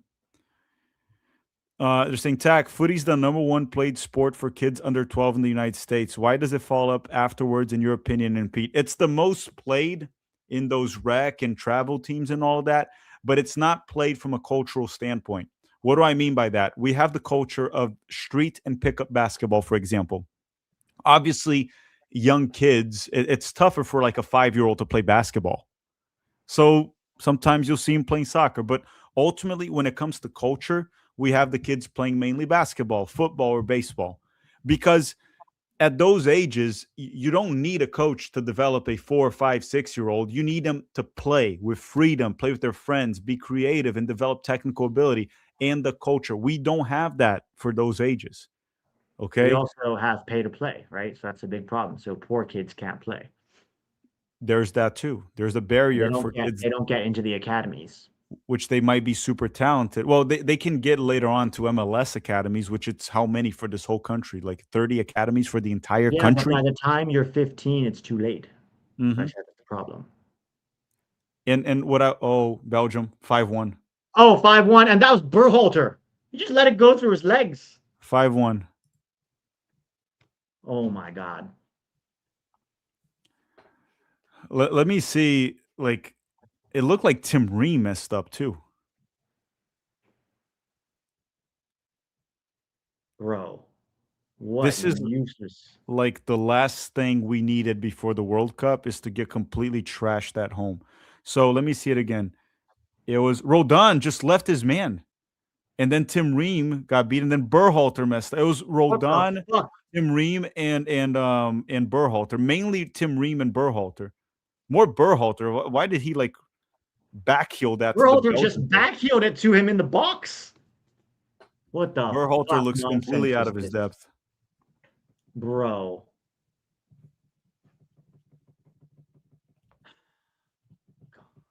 All right, Tack, I'm going to see you in the post game. I have so much to say. I'll say it in the post game. Yeah, we do need to try to just be rational in the first game. Talk about the first half and the second half. Yeah, this is a game of two halves. Barney 7-1 tack. Footy, you ready? I answered that. Banksy for Press. I was at the game. I left early as soon as the third goal. Why can't we have nice things? Well, you missed 2 Belgium goals because now it's 5-1. Tony's saying I gotta watch Mike Gotts come on for Belgium, and we bring in Ajiman.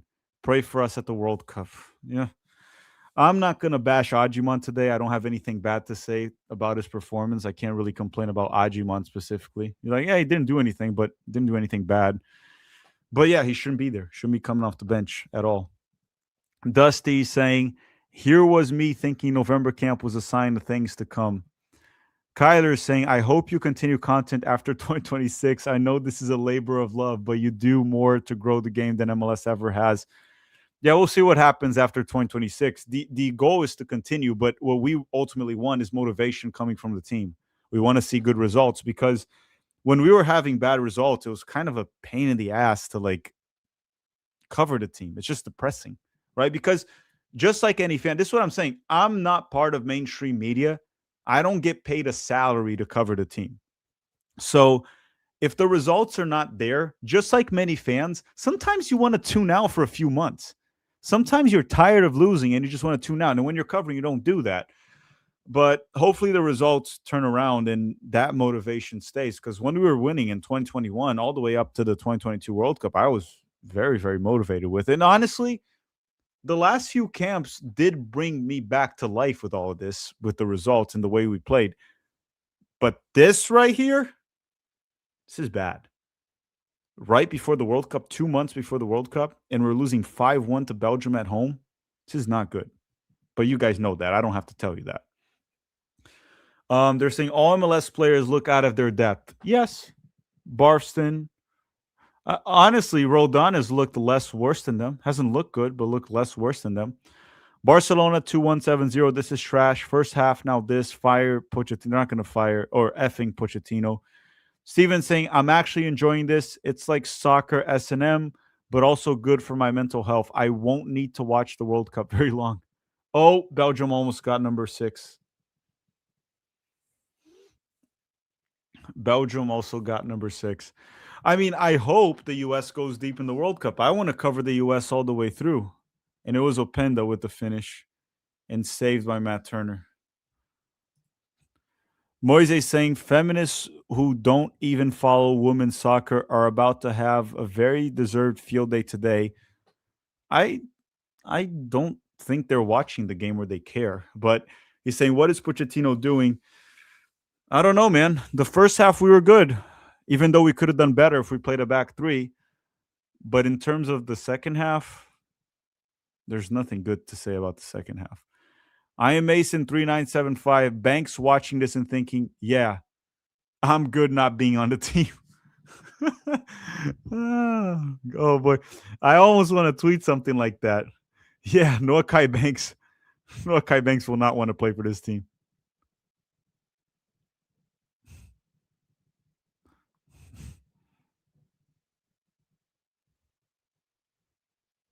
He's not going to want to play, man. This is bizarre.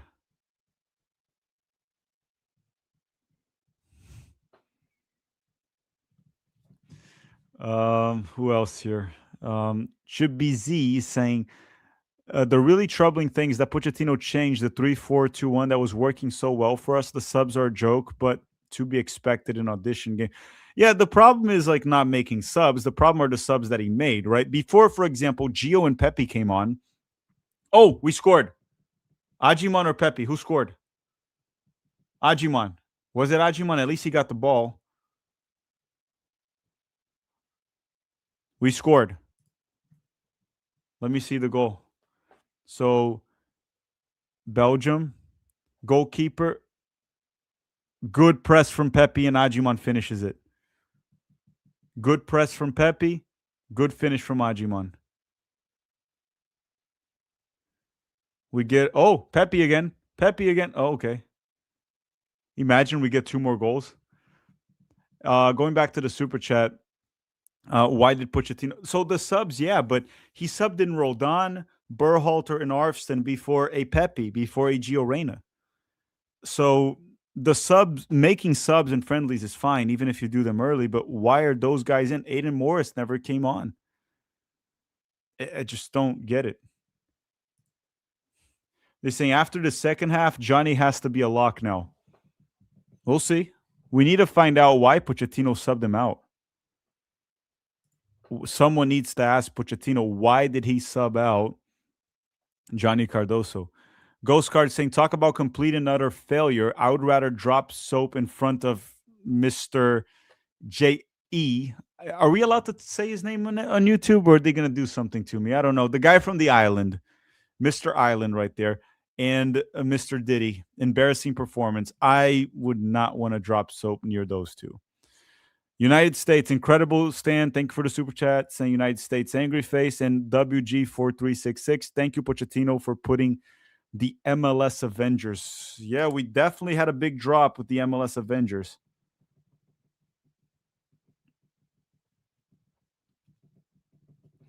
Definitely didn't help to put them on. Example of a difference between UEFA and CONCACAF. Yeah, I mean, there is a big gap. There is a big gap for sure. So 5-2 for Belgium here and 89 minutes. So that's probably more or less going to be the result. And even if we score, they score at this point, it doesn't really matter. We will have a lot to talk about in the post game. And tomorrow we have the 7 things we learned video. And everyone, if you guys haven't already, drop a like in this video. If you haven't already, just do it right now. Thank you very much. How many likes do we have in this video? Did we at least hit 1,000? Can you guys at least make me happy with that? Not that it really matters too much. We have 600 likes. That's it. We had like 2,000 people here. We couldn't hit even 1,000. Joey's saying ages 4 to 8 futsal, 9 to 11 foot plus outdoor, 12 to 18 out in tactics. Yeah, we do need also to ramp up futsal in this country. Def Card is saying the kit is cursed. Not yet. Let's see how it does in the World Cup. Michael Ajiman saying put some respect on my name. Dude, Ajiman, thank you for the goal. It doesn't help too much, but thank you for the goal. Brett Oppenheim. Hey, Brett, saying we lack depth. We need Richards and Adams and pretty much everyone else healthy.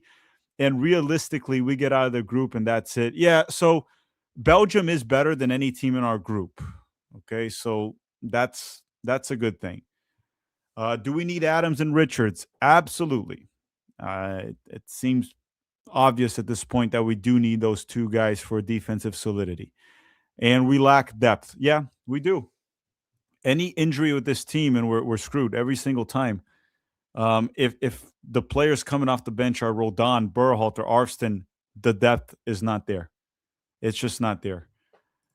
And we're still playing Tim Ream. Marcus is saying we're getting cooked by Iran. Now Belgium, we're cooked. And Matt is saying for Tim Ream, Pochettino's love for Tim Ream will lose us games. Yeah, I don't understand. Like, if Tim Ream is a backup, I'm fine with that. I don't know why he's still starting.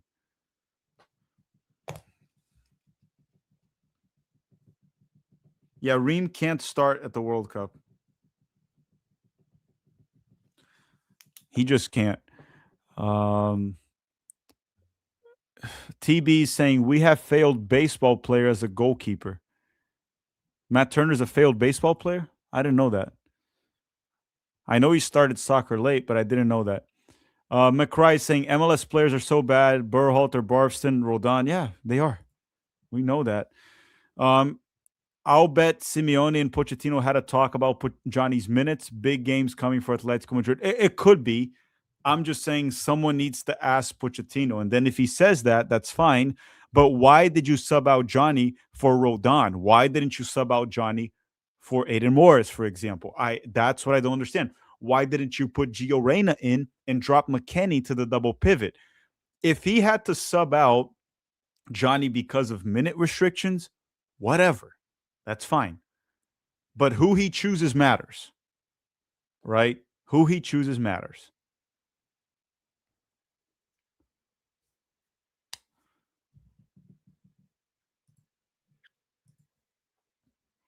We got 3 more minutes here. Kyler 5862, Big Pat has the first touch of an Easter Island head. Yeah, his first touch is not great. So we have 870 likes. See, when I annoy the living crap out of you guys cooperate. We're getting close to 1,000. Here comes Belgium. Hopefully not number 6. Just stop it at 5. Shot goes in. Belgium comes in, cross. No one's there to finish, so the ball goes back to the U.S. Oh, boy.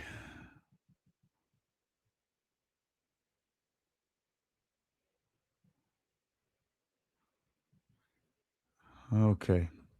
So 5-2 here for Belgium with 2 minutes to go. Why is the ref not ending this game?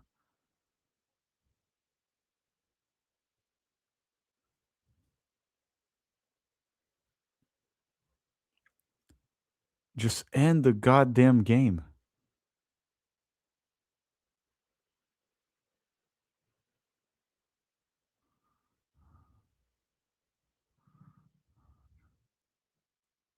Belgium with the goalkeeper. Wins the header. Alex Freeman. What are you trying to do, dude?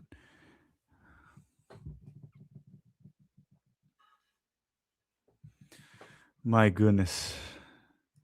Matt is saying back 3 in the World Cup needs Richards, McKenzie, and Tessman, or even try Trusty at this point. And then you got in the flanks Jedi or Way or Dest. Okay, Ajimon. Oh, Ajimon tried a half volley. Can't complain. That's probably all you could have done there.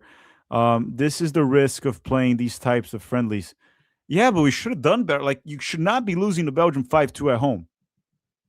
This has been embarrassing from the United States.